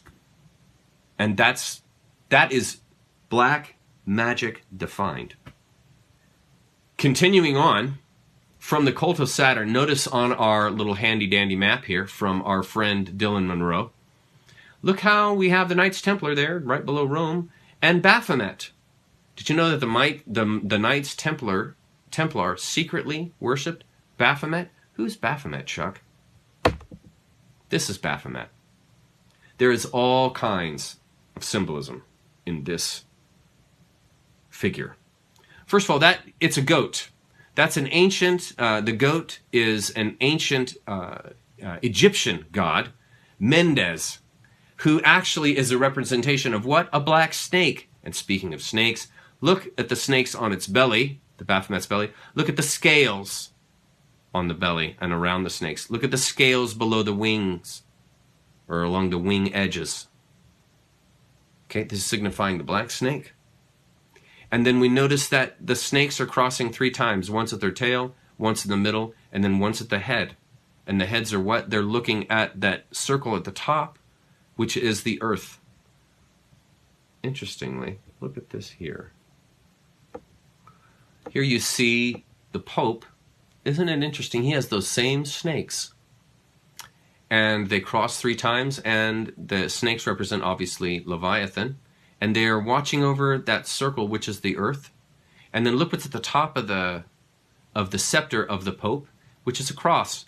What does that say? The church rules the world. The church sits over the world as Lucifer watches it. That's what that scepter is saying to you. This represents the crossing of the 3 snakes, represents the lower 3 chakra. These are lower 3 chakra people. In other words, they have no heart. They have no compassion. They have no empathy. They are not concerned with the upper levels of the chakra, the spiritual experience. They are concerned with the mortal experience. That's why blood, the carrier of life, the giver of life, is their obsession. They are obsessed with the earth. They are obsessed with earth calendars, earth characteristics, the cosmos. This is why all of Christianity comes out of astrotheology, a cosmic idea of the universe. And these people see themselves as the ruler of the cosmos. That's because Satan is the ruler of the earth, the ruler of the material world, the ruler of the bottom 3 chakra. The bottom 3 chakra is the first chakra is just the gripping to life. It's a grim avidity, which is the holding to life for the sake of life itself, for no other reason but to be alive. That's the bottom chakra. And then the next one up is the sexual chakra. This is the projection of, this is the procreation. This is continuing your life and bloodline through the blood, through the exchange of the fluids of the body. This is all material. This is all matter. And then finally, projection, the power projection, which is the solar plexus, is the final place at the top. This is the projecting of your will, the projecting of your power onto the planet, onto others. This is the chakras that the lion lives by. The gripping to life, the spreading of his genetic, and then the killing and taking of life, power projection. And that's the lion's concern. The lion's concern is not home life. The lion's concern is not the betterment of other groups and other lions. The lion is concerned about himself. He's self-consumed. And so there's no empathy that's going to come out of that lion. There's not going to be any compassion that comes out of that lion. That lion is a predator. That is why these people use that symbology, is they see themselves as predator. They see Satan as a predator, a roaring lion that's devouring. This is what that represents. And of course, it's sitting on the earth. That's a globe that it's sitting upon. And then notice that it's androgyne. It's both male and female. And it is a beast. It is both hooves as well as a human torso. So this idea of androgyne, this idea of smearing the sexes and smearing the gender, these people love that idea. These people, that's why they prey on the kids. And there's this whole gender movement that's happening. It's because the Khazarian Mafia is trying to capitalize on this androgyne obsession that they associate with Lucifer. It has nothing to do with the betterment of people's psychology. It has nothing to do with affirming people's drives and will. It has nothing at all to do with that. It is all entirely controlled. This is why those in Hollywood that sell their soul to Satan, when they have children, they're given the choice. They either raise their children as the opposite sex to which they were born, or they sacrifice one of them. So that's the choice. If you want to stay in the group and not die yourself, all your kids, you either raise them all the opposite sex to what they're born as, or you're going to sacrifice one of them. And that's the deal. These people, they're not, in other words, they're not doing this to affirm the psychology of the child. They're predators. They're preying on the family. They're preying on these groups that they control. And so we see that in this Baphomet, in this representation of the evil that they worship. The head itself, you can see, forms a star. The goatee forms the bottom of the pentagram, then the two ears form the sides, and the two horns form the top. And then that torch there is the light of wisdom. That's essentially the black sun. And it is through the balancing of dualism that one controls the mortal world. And so the two horns there at the top represent good and evil. Just like the hands, the two fingers, as above, so below, this is pointing towards dualism. The dualistic characteristic that is the mortal life. They are celebrating that. They are celebrating the mortal life. They are not concerned with transcendence. They are not concerned with orienting to the heart and orienting to the spiritual sense of loving one another. They have absolutely no desire or concern for that. Their concern is usurpation, taking. I take the innocence of those that I sacrifice. I take the innocence of those that I mind control, and I control them. This is what fulfills them. This is what you need to understand. When you don't have a heart, you get fulfillment through control. When you don't center on compassion, you get fulfillment through the taking of life. This is what fulfills you, what gives you energy and emotion and passion, is the taking of a free individual's life. This figure is a celebration of that evil. And by knowing this, not only are you not afraid of it, but you understand why it looks like that. That's why it looks like that. If you look here on the left, it says solve and coagula. Distillation. It is through distillation that one understands the world. And through how do I resolve a problem? Let's say I'm trying to separate the alcohol from the water. These are alchemical metaphors I'm talking about here. So if I'm trying to separate the alcohol from the water, the spirit from the matter, I would solve or dissolve it by boiling it. And then I boil out the alcohol, and then I coagulate it. I recondense it back into liquid and collect the extract. And what I've done in that process is I have purified this. And that is what this solve and coagula is claiming. And they're claiming by aligning to these lower three chakras, you purify your life to that of the animal who does not have any consciousness, who does not have anything but instinct. And you are acting on the usurping and the devouring consumption that rules the animal. And this is distillating. This image here is attempting to distillate out of the individual their compassion so that all that's left is their animal instinct, so that they're a killer. These are alchemical principles that this group is borrowing, is taking, is using for themselves as a representation for this evil. So through the human sacrifice, I purify.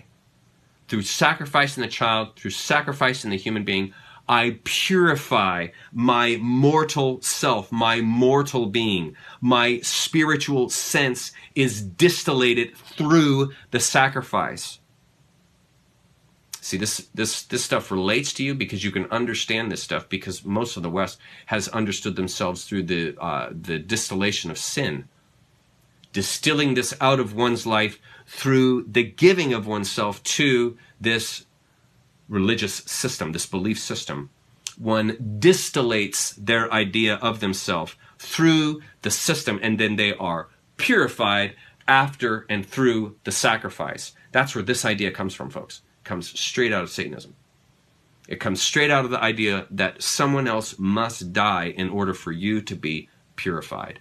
That is a satanic principle, and that has been integrated directly into Christianity, into all the Western religions.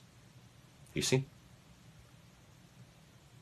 This is, what you're finding out now is how deeply you have been lied to about the world, the cosmos, yourself, God, who runs the world, who owns the world and rules the world.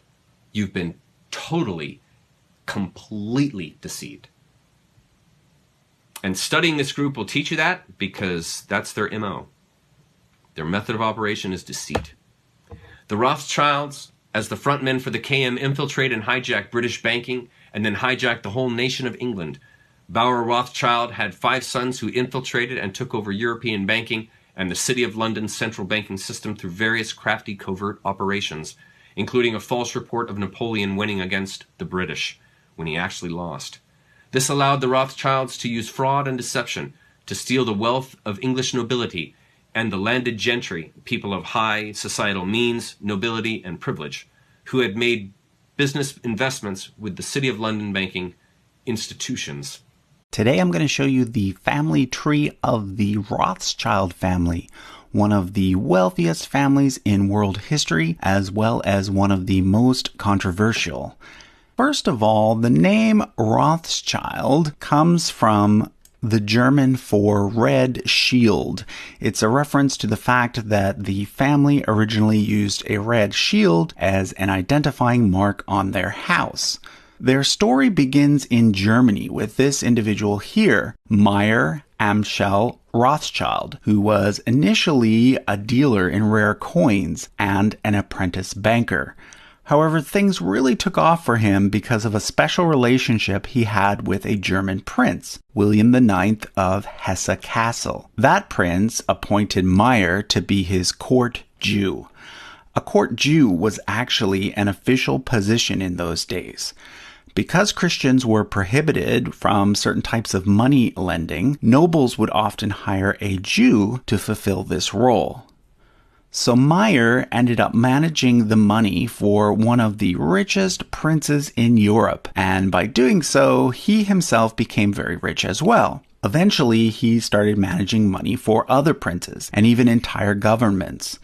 By this point, he had several adult sons. So what he did was he created a Rothschild bank, and he sent each of his 5 sons to a different capital in Europe to run a branch there. His eldest son, Amschel, ran the original branch in Frankfurt, and then his son Solomon was sent to Vienna, Nathan to London, Karl to Naples, and James to Paris. The family then developed a network of agents that allowed for safe and speedy transfer of gold across the continent, as well as for ease of communication between the various branches.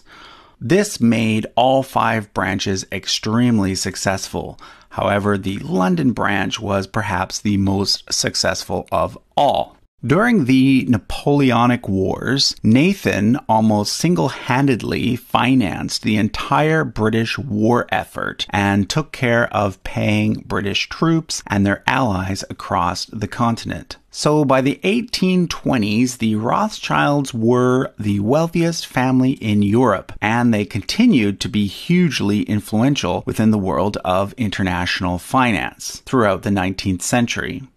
The 5 brothers were given the title of Baron by the Emperor of Austria, which is why you often see the German von or a French de before their last name.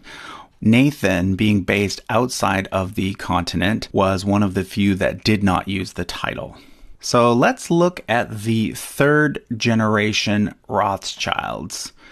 Almost all of the males in the 3rd generation married one of their female first cousins. This ensured that the dynasty's wealth stayed within the family. So, for example, Anselm, the firstborn son of Solomon, married his cousin Charlotte, the daughter of Nathan. He's shown in yellow because he's from the Austrian branch, and she's shown in red because she's a member of the British branch. Likewise, Lionel, the firstborn son of Nathan, married his cousin, also named Charlotte, but she was a daughter of Karl from the Italian branch. This is Jacob Rothschild on the right and Marina Abramovic on the left. And the reason why I'm showing you this is from a couple of years ago at an event that they attended. And the reason I'm showing you this is for you to see that they really are Satanists. But they come across, look, he's just standing with his hands behind his back. There's nothing to worry about. But look what's behind them. That's some kind of painting. We're going to study that in a minute. This is Marina here. She's also a practicing Satanist. Notice this picture on the left here with the child. Notice also, this is a woman who's never had any plastic surgery, so she claims, and she's in her 70s. Does that look like a person who's in their 60s and 70s in these pictures? Did you know that adrenochrome de-ages you? Did you know that? Did you know that it makes the skin tighter and thicker? Keeps your hair color the same color. It will never gray. If you're consistently drinking adrenochrome, you will de-age. You won't age. This is one of the secrets in Hollywood of how all of the men and women don't age and stay looking so young. It's because they have a consistent diet of adrenochrome, children's blood. What is the painting that they are standing in front of? This is a painting called Satan Summoning His Legions. Now, why do you think at a special gala public event they would want to be pictured right in front of Satan summoning his legions? Think that's coincidence? You notice I noticed something about this painting here on the left. Do you notice something above Satan's head there? Look at the dude on the right, how he's looking up at it. Here's a closer shot. That looks like a mouth to me. And two eyes. See the red? That looks like the mouth of Satan, does it not? Look here. Look how much it looks like the papal hall at the Vatican, which looks like a snake mouth. Here's a bigger picture of it. Do you see the little white light dots going into the mouth? Those look like souls flowing into the mouth of Satan. Here we have the papal hall. You don't believe me? Here it is occupied. That is literally the papal hall at the Vatican in Rome. Does that look like a snake mouth to you? Do those look like scales on the ceiling and on the walls? Here's a viper mouth. Interesting. Here's the outside of the building. Here's a snake. Do those look similar to you?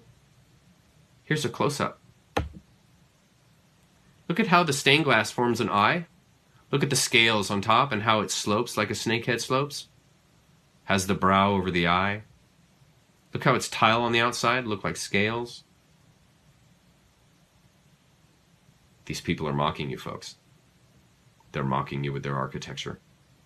They're putting who? The entire congregation into the mouth of the snake. The Rothschilds set up a private fiat banking system that specialized in making counterfeit money from nothing, charging pernicious usury, illegal taxes for the British people, using what should have been their own money. This was the black art of Babylonian money magic. They claimed to insiders that such technology and secret money power was provided to them by Lucifer, Baphomet, because of their frequent child bleeding out and ritual sacrifices to him. And we already looked at the Baphomet symbolism. We know that that is Satan. Once they had infiltrated and hijacked the British banking system, they interbred prima nocte with the British royals. We talked about that earlier, remember, where they bred with the local kingdoms there in the 1500s, and they hijacked the royalty systems, the nobility systems that were in place with their own seed, prima nocte. Some experts believe that the Rothschilds genocided the royal family members by staging secretly managed illicit and adulterous breedings with their own Khazarian men in order to replace the royals with their own pretenders to the throne, a practice known as prima nocte, and we all remember the scene in Braveheart when that happened. In the 1600s, the KM murdered the British royals and substitute their own fakes. In the 1700s, they murder the French royals. Right before World War I, they murder Austrian Archduke Ferdinand to start World War I. In 1917, they assembled their KM army, the Bolsheviks, and infiltrate and hijack Russia, murder the Tsar and his family in cold blood. They bayonet his favorite daughter through the chest and steal all the Russian gold, silver, and art treasures. Right before World War II, they murder the Austrian and German royals. They then rid of the Chinese royals and disempower the Japanese ruler. Realize who you are dealing with in reading these words, folks. They are not kidding around. They are not kidding around. This isn't a joke. They aren't faking it. This is real. This is real. And learning this stuff is how you're going to be able to fight it. This is how you save yourself, by learning this stuff. The Khazarian Mafia's intense hatred of anyone who professed faith in any god but their god Baal has motivated them to murder kings and royalty and make sure they can never rule. They have done the same with American presidents, running sophisticated, covert operations to disempower them. Remember what I was saying about Reagan? That's what they did. If that doesn't work, the KM assassinates them like they did to McKinley, Lincoln, and JFK. Remember the Clinton body bags? These are the people that are found having committed suicide by shooting themselves in the head twice and hanging themselves. But they committed suicide. Okay. The KM wished to eliminate any strong rulers or elected officials who dared to resist their Babylonian money magic and their covert power gained from their deployment of their human compromise network. The Rothschilds expand their network to create international narcotics trafficking on behalf of the KM. This is now where we're going to get into the Opium Wars. The Rothschilds covertly ran the British Empire. Read that? They covertly ran the British Empire. In other words, they are running the empire. Just past, look at our map here. Look at the map. There. Just past the Reformed age, right there, 1760. Bank of England, remember we read about that? They're running the show. They are entirely running the show by about 1750. They're running the whole thing. They own all the money, and they have regicided all of English nobility. They are running the show. Period. The Rothschilds covertly ran the British Empire and crafted an evil plan to recover the vast amounts of gold and silver the British had been paying to China for its high-quality silk and spices that were unavailable anywhere else. You see, they're still hustling in the silk and spice stuff. The East India Company was their cover for the beginning of the Opium War. The Rothschilds, through their international spy network, had heard of Turkish opium. There's the spy network again. Remember how I said that they had spy networks and that's what saved them from being destroyed by Russia? Here they've got spy networks all over the place, and they have figured out that Turkish opium had habit-forming characteristics. It's opium. Highly addictive pleasure drug. They deployed a covert operation to buy Turkish opium and sell it in China. This is all done through the East India Trade Company, infecting millions with a bad opium habit that brought back gold and silver into the Rothschild coffers, but not to the British people. And this is the beginning of the drug wars. What they were doing, they were harvesting, generating, sourcing opium. They were then using the East India Company to haul that stuff over to China illegally, and then they sold it for gold and silver in China. And they were bankrupting China, so China went to war with them. To give you an idea how easy opium is to manufacture, I did a little chart here. I'll read this first. The opium addictions created by Rothschild opium sales to China harmed China so badly that China went to war on 2 occasions to stop it. These wars were known as the Boxer Rebellions or the Opium Wars. The money the Rothschilds gained from the sale of opium was so vast that they became even more addicted to the easy money than the opiate addicts were to the opium. Opium is made from poppy seeds, the poppy plant. California's national flower, or state flower, is the poppy. What happens is, in the fall, or late summer, the poppy forms a pod of seeds. Those are on the bottom left. And then you scrape the pod, which causes a latex-like goo to ooze out of the pod, and it dries overnight and oxidizes. That's why it turns brown. It goes from white to brown. That's oxidation. And then here you see the knife they use to scrape off that opium. That's it. That's it. You simply take the scrapings, you dry them, grind them into powder. That's opium. Think of how easy and cheap it would be to grow this. I mean, poppy's an annual. You can grow poppy. It's so easy to grow poppy. And so this was an easy way. My point here is an easy way to make gobs of money. Gobs of money. Because you can sell that opium for enormous sums, and you're making it from growing basically annual weeds. So they built an empire on this.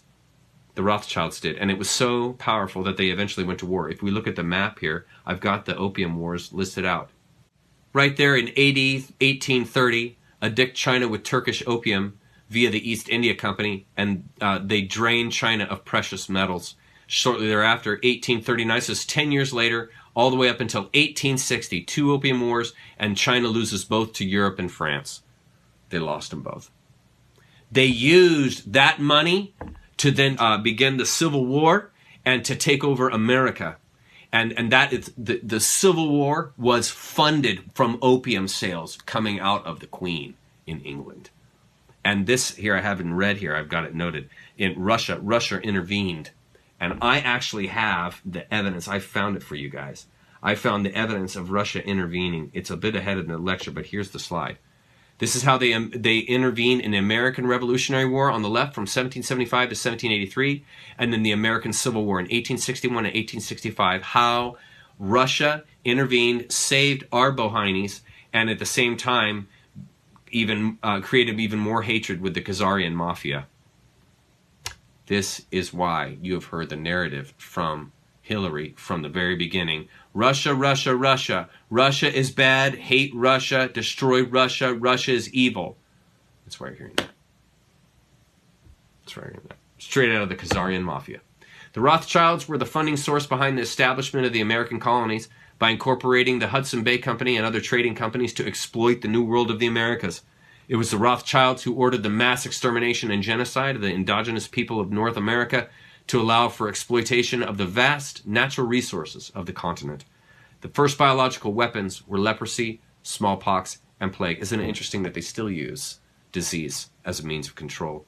I've shown some pictures here of the diseases that they spread intentionally to kill off the Native Americans. There was something like, in the span of about 10 years, at the end of the 1800s, 19th century, over 30 million Native Americans were killed, mostly through smallpox, leprosy, and plague spread by the KM.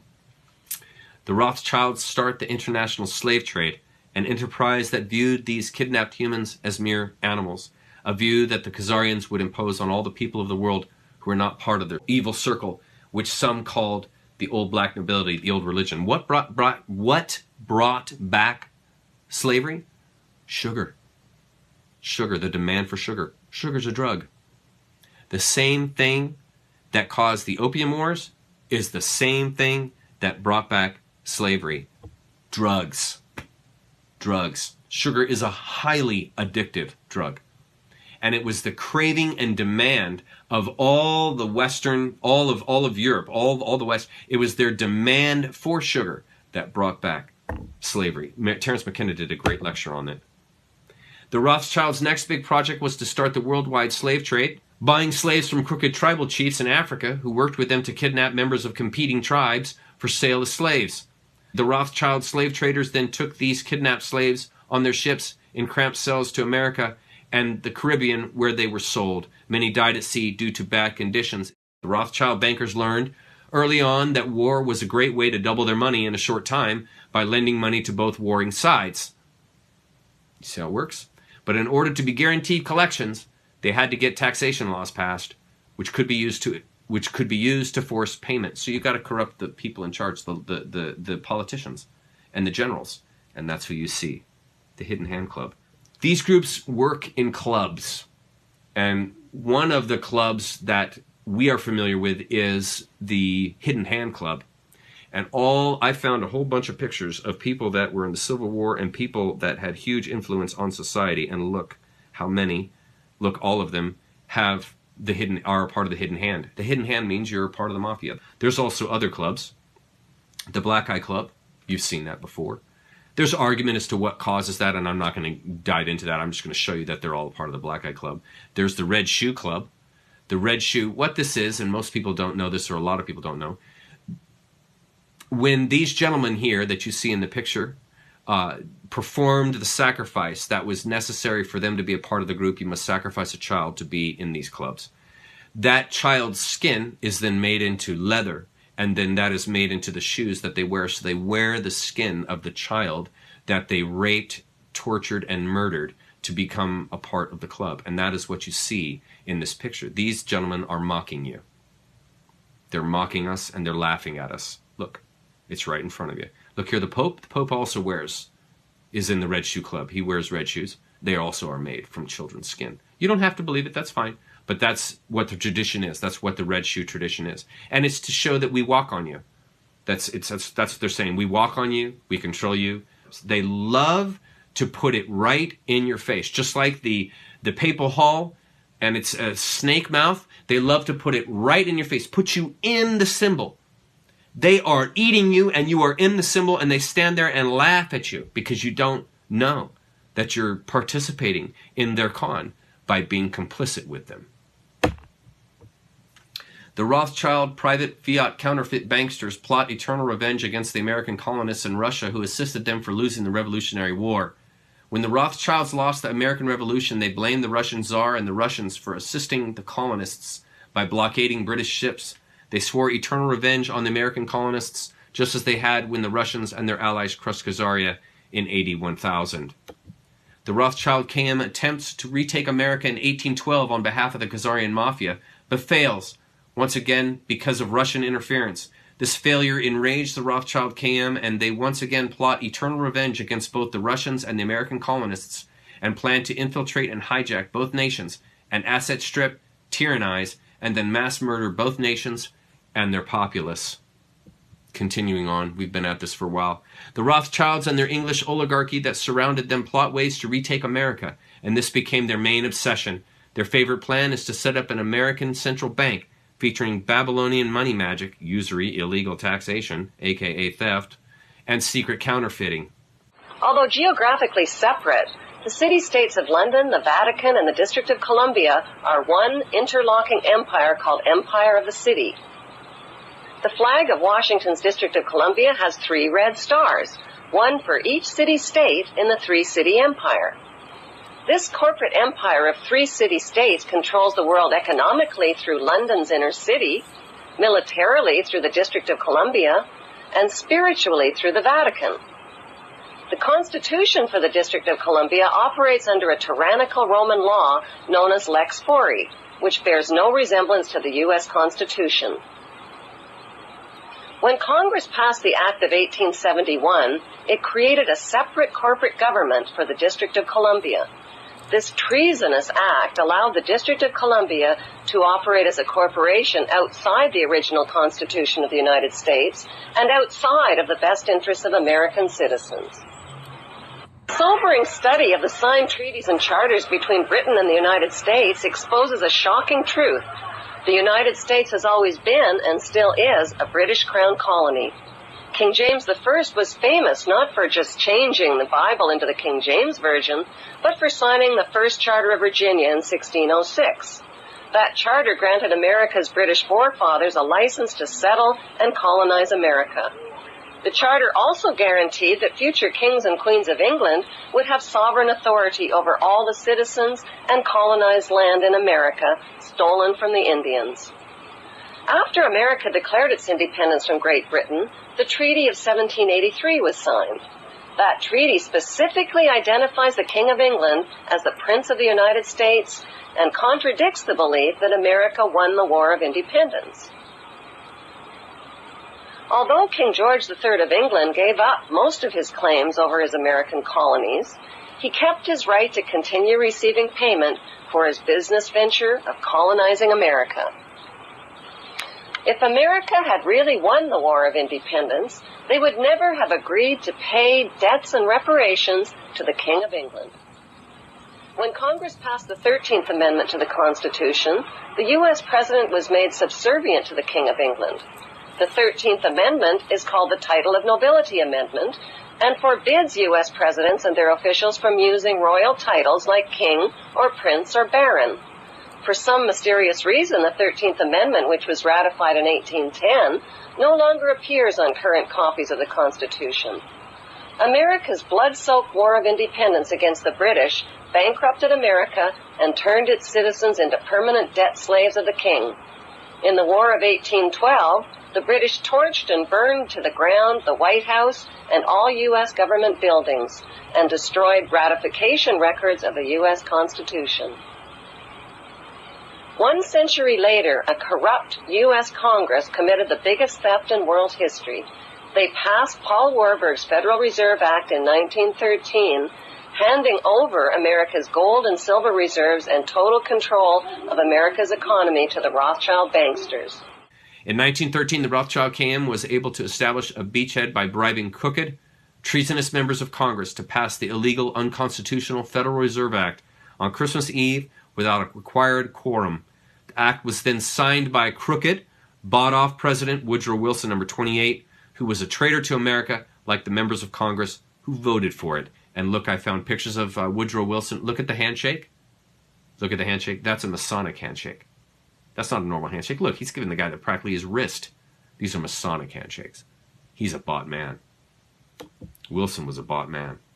The KM put an illegal, unconstitutional tax system in place in order to make sure that Americans would have to pay for their high-level USG spending, approved by a bought-off, crooked Congress and presidential puppets put into place by corrupt KM campaign finance.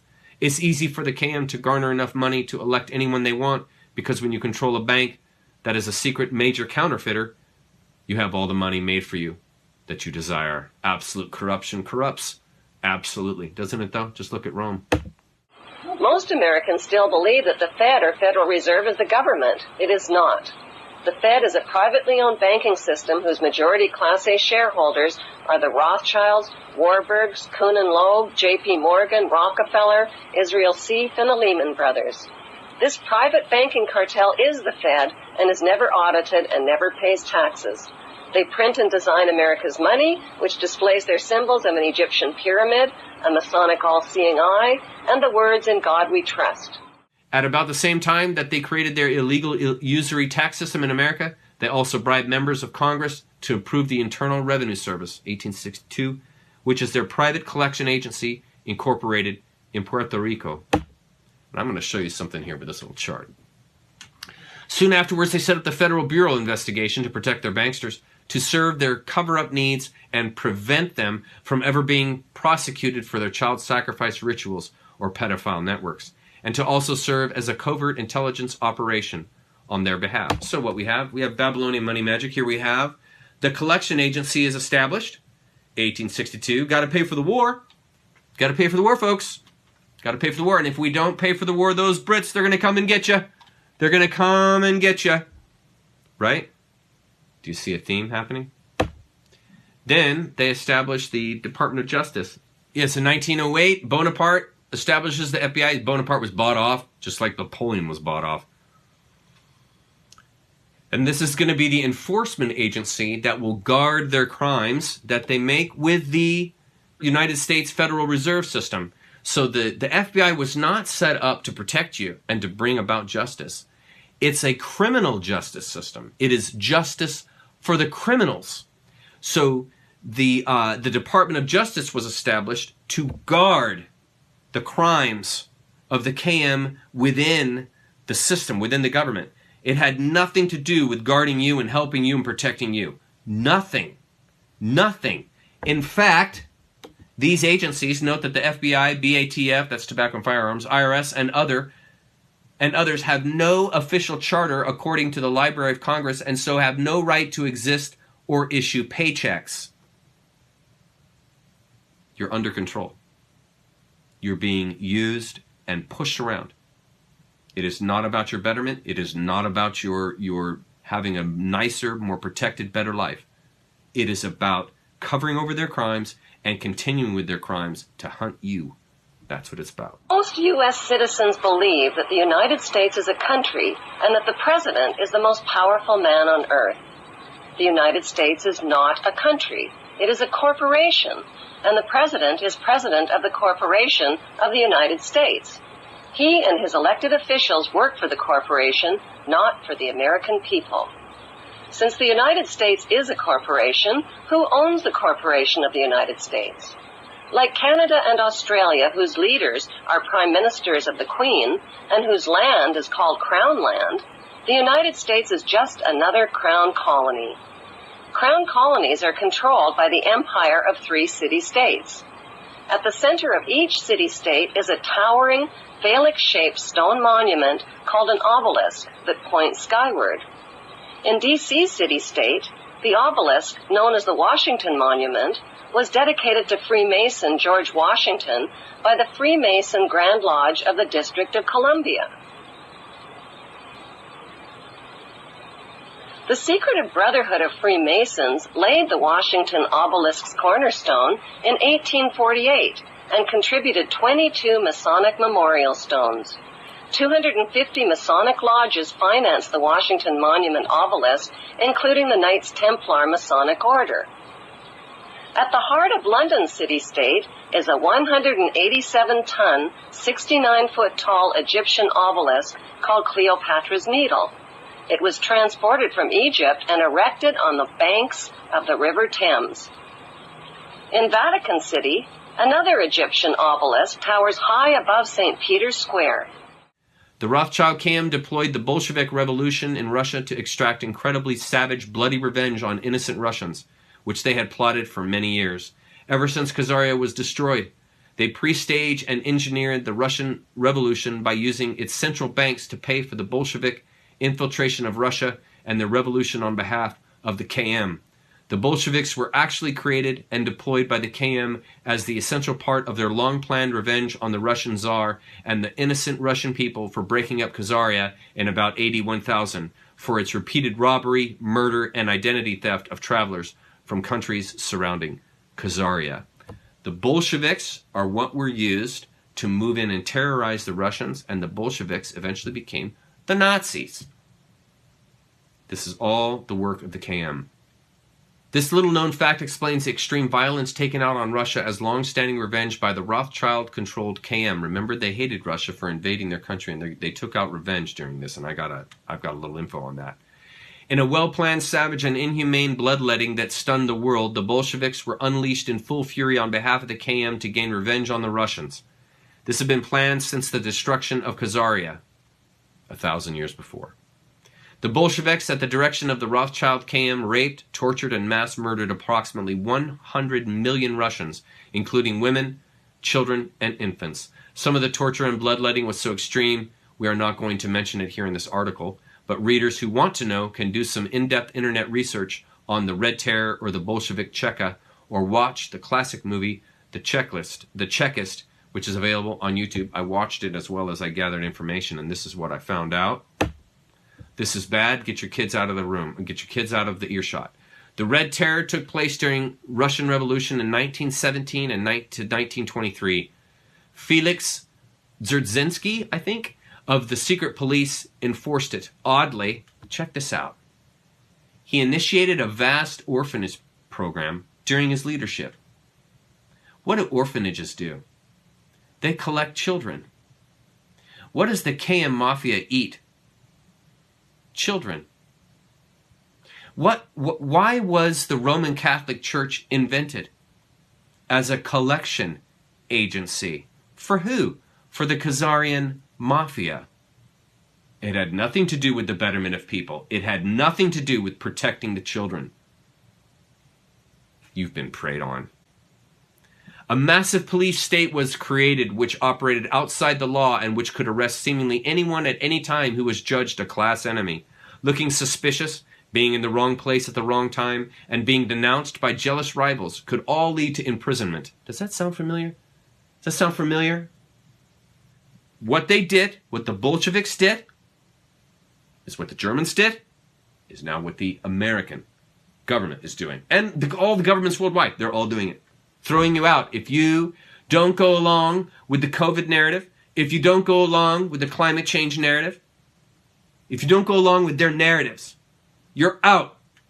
You're out. You shouldn't even be alive. And it's the same threat that the Catholic Church gave to people. If you don't believe in this system, you're out. You die forever. You burn forever. You must subscribe to this stuff. And if you don't, you're out. You're in prison forever, meaning you're burned forever. It's the same fear techniques. It's the same activity happening. Imprisonment meant torture. Torture methods included pulling nails and fingers off with pliers, twisting, breaking, and pulling apart arms and legs, broken glass enemas, candles left to slowly burn underneath genitals, frying on a giant red-hot pan, boiling families alive. That happened. That's real. That is what Satanists, people who worship Baal, who worship Baphomet, this is what they do. They have no empathy. They have no heart chakra. They are working with the animal chakras, which are the bottom three. They are concerned with their own power and projection, their own genetic, their own life. This is what consumes them. And this is what they pursue. Just like animals. That's why Baphomet is half animal, half human. It's not fully human. It doesn't have a heart. After World War II was finished, the Rothschilds came, deployed the Cold War, and here we go, and used this as an excuse to bring Nazi scientists and mind control experts to America under Operation Paperclip. We're going to look at that in one sec. This allowed them to set up a worldwide spying and espionage system, here we are again with their spy system, that far exceeded any of their prior efforts. Under this new system, they continued to infiltrate and hijack all American institutions, including the various American church systems, Freemasonry, especially the Scottish Rite and York Rite, which you now know from Video 1 require pedophilia to become a part of, the U.S. military, U.S. intel, most private defense contractors, the judiciary, and most agencies of the USG, including most state governments, and both major political parties. This was Operation Paperclip. They literally, the U.S. government, literally brought in Nazi scientists who were doing trials and experiments on human subjects in human studies to then lead NASA, CIA, MK Ultra program, mind control. The experts from Nazi that ran the propagandist material, namely Werner von Braun, was put at the top position at NASA. Why would you put a top propagandist, a trained propagandist, who's a Nazi, in charge of NASA? Why would you do that? It's not because he has an amazing ability with a telescope. No, it's because he knows how to control mass populations of people. You simply throw the magic, the scientific magic coming out of NASA in front of the people, and they are spellbound, and they just believe whatever you tell them. So you can do things like fake a moon landing, and nobody ever knows it. Nobody ever knows you never were there, because you have a propagandist who is leading the effort. This all goes back to mind control, propaganda, and forcing their will upon the people. That's what this goes back to. Our system is bought. Look at these guys. Look at these politicians. This is artwork that was in Jeffrey Epstein's house on that island. That is mockery, folks. Look at these two paintings. The left, that's pure mockery. People died in those events, and they're making fun of it. And then you see here, this is a horrible statement to women. In this painting on the right here, with Clinton in the same blue dress that his semen was found on. This is mockery. This is mockery.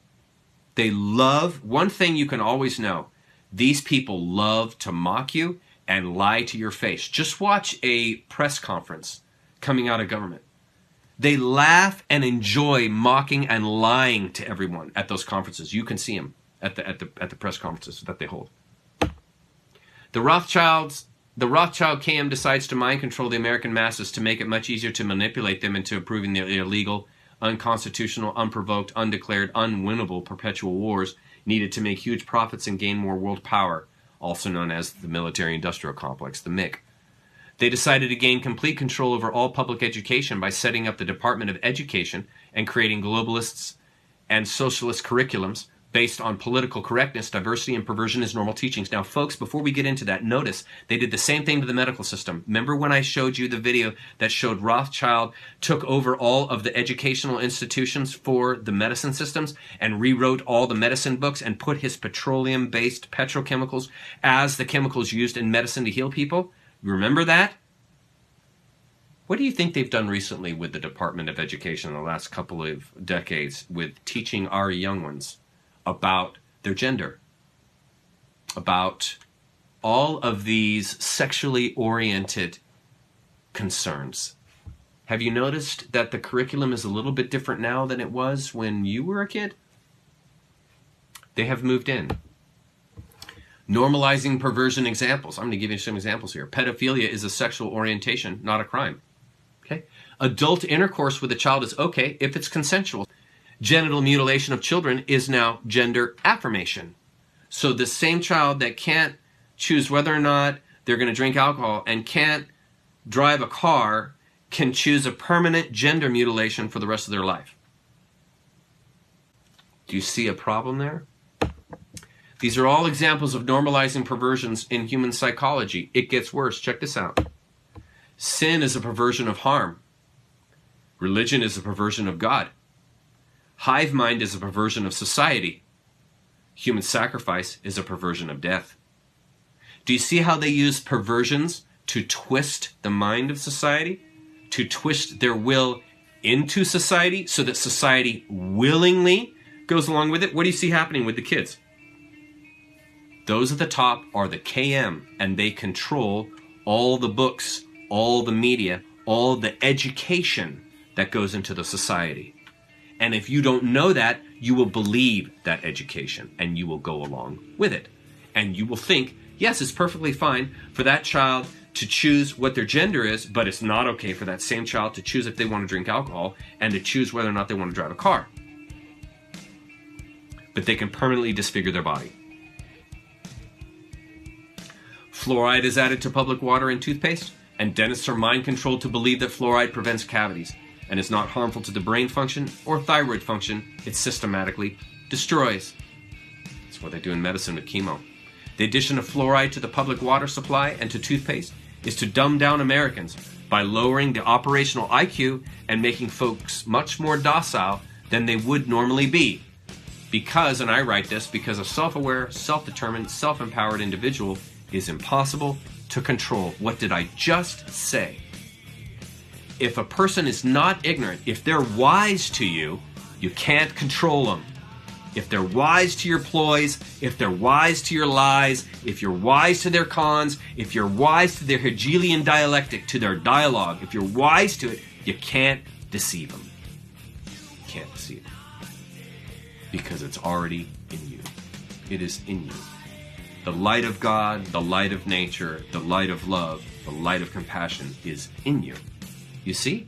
And so fluoride and these systems that they have in place are to dumb you down so that you're not self-empowered, so that you will not look inwardly to find the answers. You will look externally. You will look outside yourself to find the answers, which will never give you the answers because you can't find the answers outside yourself. They can only be found within. Programs to develop and deploy vaccinations are to dumb down children and create huge numbers of future chronic health problems. Food allergies, behavioral spectrum disorders, autoimmune diseases, lowered IQ. That's in your food. That's in your medicine. That's in your education. These things dumb you down, give you chronic health problems because you participate in them. And when you participate in the lies, you get sick. And therefore you're controlled. And I'm not shaming that at all. I'm saying that's what they want. That's what they want you to be like. They want you inept, paralyzed, prostrate on your face. That's what they want, because then you're obedient. I wrote an essay on that. I'll release it here one of these days. Part of this massive plan to dumb down and mind control the American masses was the KM's buying up and consolidating all the American mass media into 6 controlled major mass medias, CMMM, owned and controlled by their cutouts on their behalf. Again, here we see again, get a few cutouts at the top, control the rest of the masses on the bottom. The CMMM functions as an illegal news cartel, and it should be broken up under antitrust laws and for inflicting espionage and illegal propaganda as a weapon of war against the American people. Something to notice here in this graph. In 1983, 90% of American media was owned by 50 companies. Diversity is key. You want diversity in a society. You don't want a glass house or a echo chamber society. You don't want that. You want diversity. See, so American media was owned by 50 companies. In 2011, that same 90% is controlled by 6 companies. What's the program? Corrupt a few at the top, control the rest of the masses. What do you see here in our media? Our media is completely owned by nothing but Khazarian Mafia companies who have no interest in your betterment. Finishing up now, in an interview, The Short End of the Stick, March 10, 2015, on YouTube, between Mike Harris and Gordon Duff. Here's the address if you want to go to it and see it. It was disclosed from a written transcript of a meeting with Bibi Netanyahu in 1990 that Netanyahu was a KGB spy like Jonathan Pollard. Benjamin Netanyahu, Khazarian Mafia head of state, said, and I quote, "If we get caught, they will just replace us with persons of the same cloth. So it doesn't matter what you do. America is a golden calf, and we will suck it dry, chop it up, and sell it off piece by piece until there's nothing left but the world's biggest welfare state that we will create and control. Notice the hexagrams behind Netanyahu. Remember what we know now about the six-pointed star? It represents 666. It represents Satan. That's who this guy is the face of. He's in the club. Look what he said. Why? Because it's God's balls will, and America is big enough to take the hit so we can do it again and again and again. This is what we do to countries that we hate. We destroy them very slowly and make them suffer for refusing to be our slaves. What do you see happening right now in the world? Suffering very slowly. They're slowly destroying the world. Do you see it happening? Do you see it happening? And look at the words. This is what we do to countries that we hate. We are the goy to them. To the Khazarian Mafia, we are the goyim, the meat animals that are to be controlled, manipulated, and used as slaves. They're their slaves. That's what they believe. And so the point, and we'll finish out here, and so the point of all this is so that you know who the enemy is. Because finding that is going to do wonders for your understanding the world that you're living in. And with lectures like this, you will better understand not only who is running the world, but how you're controlled. And by knowing how you're controlled, you can cut off that control. You can defeat that control. Self-empower yourself to be free. Love you guys. See you later. See you next time. Bye-bye.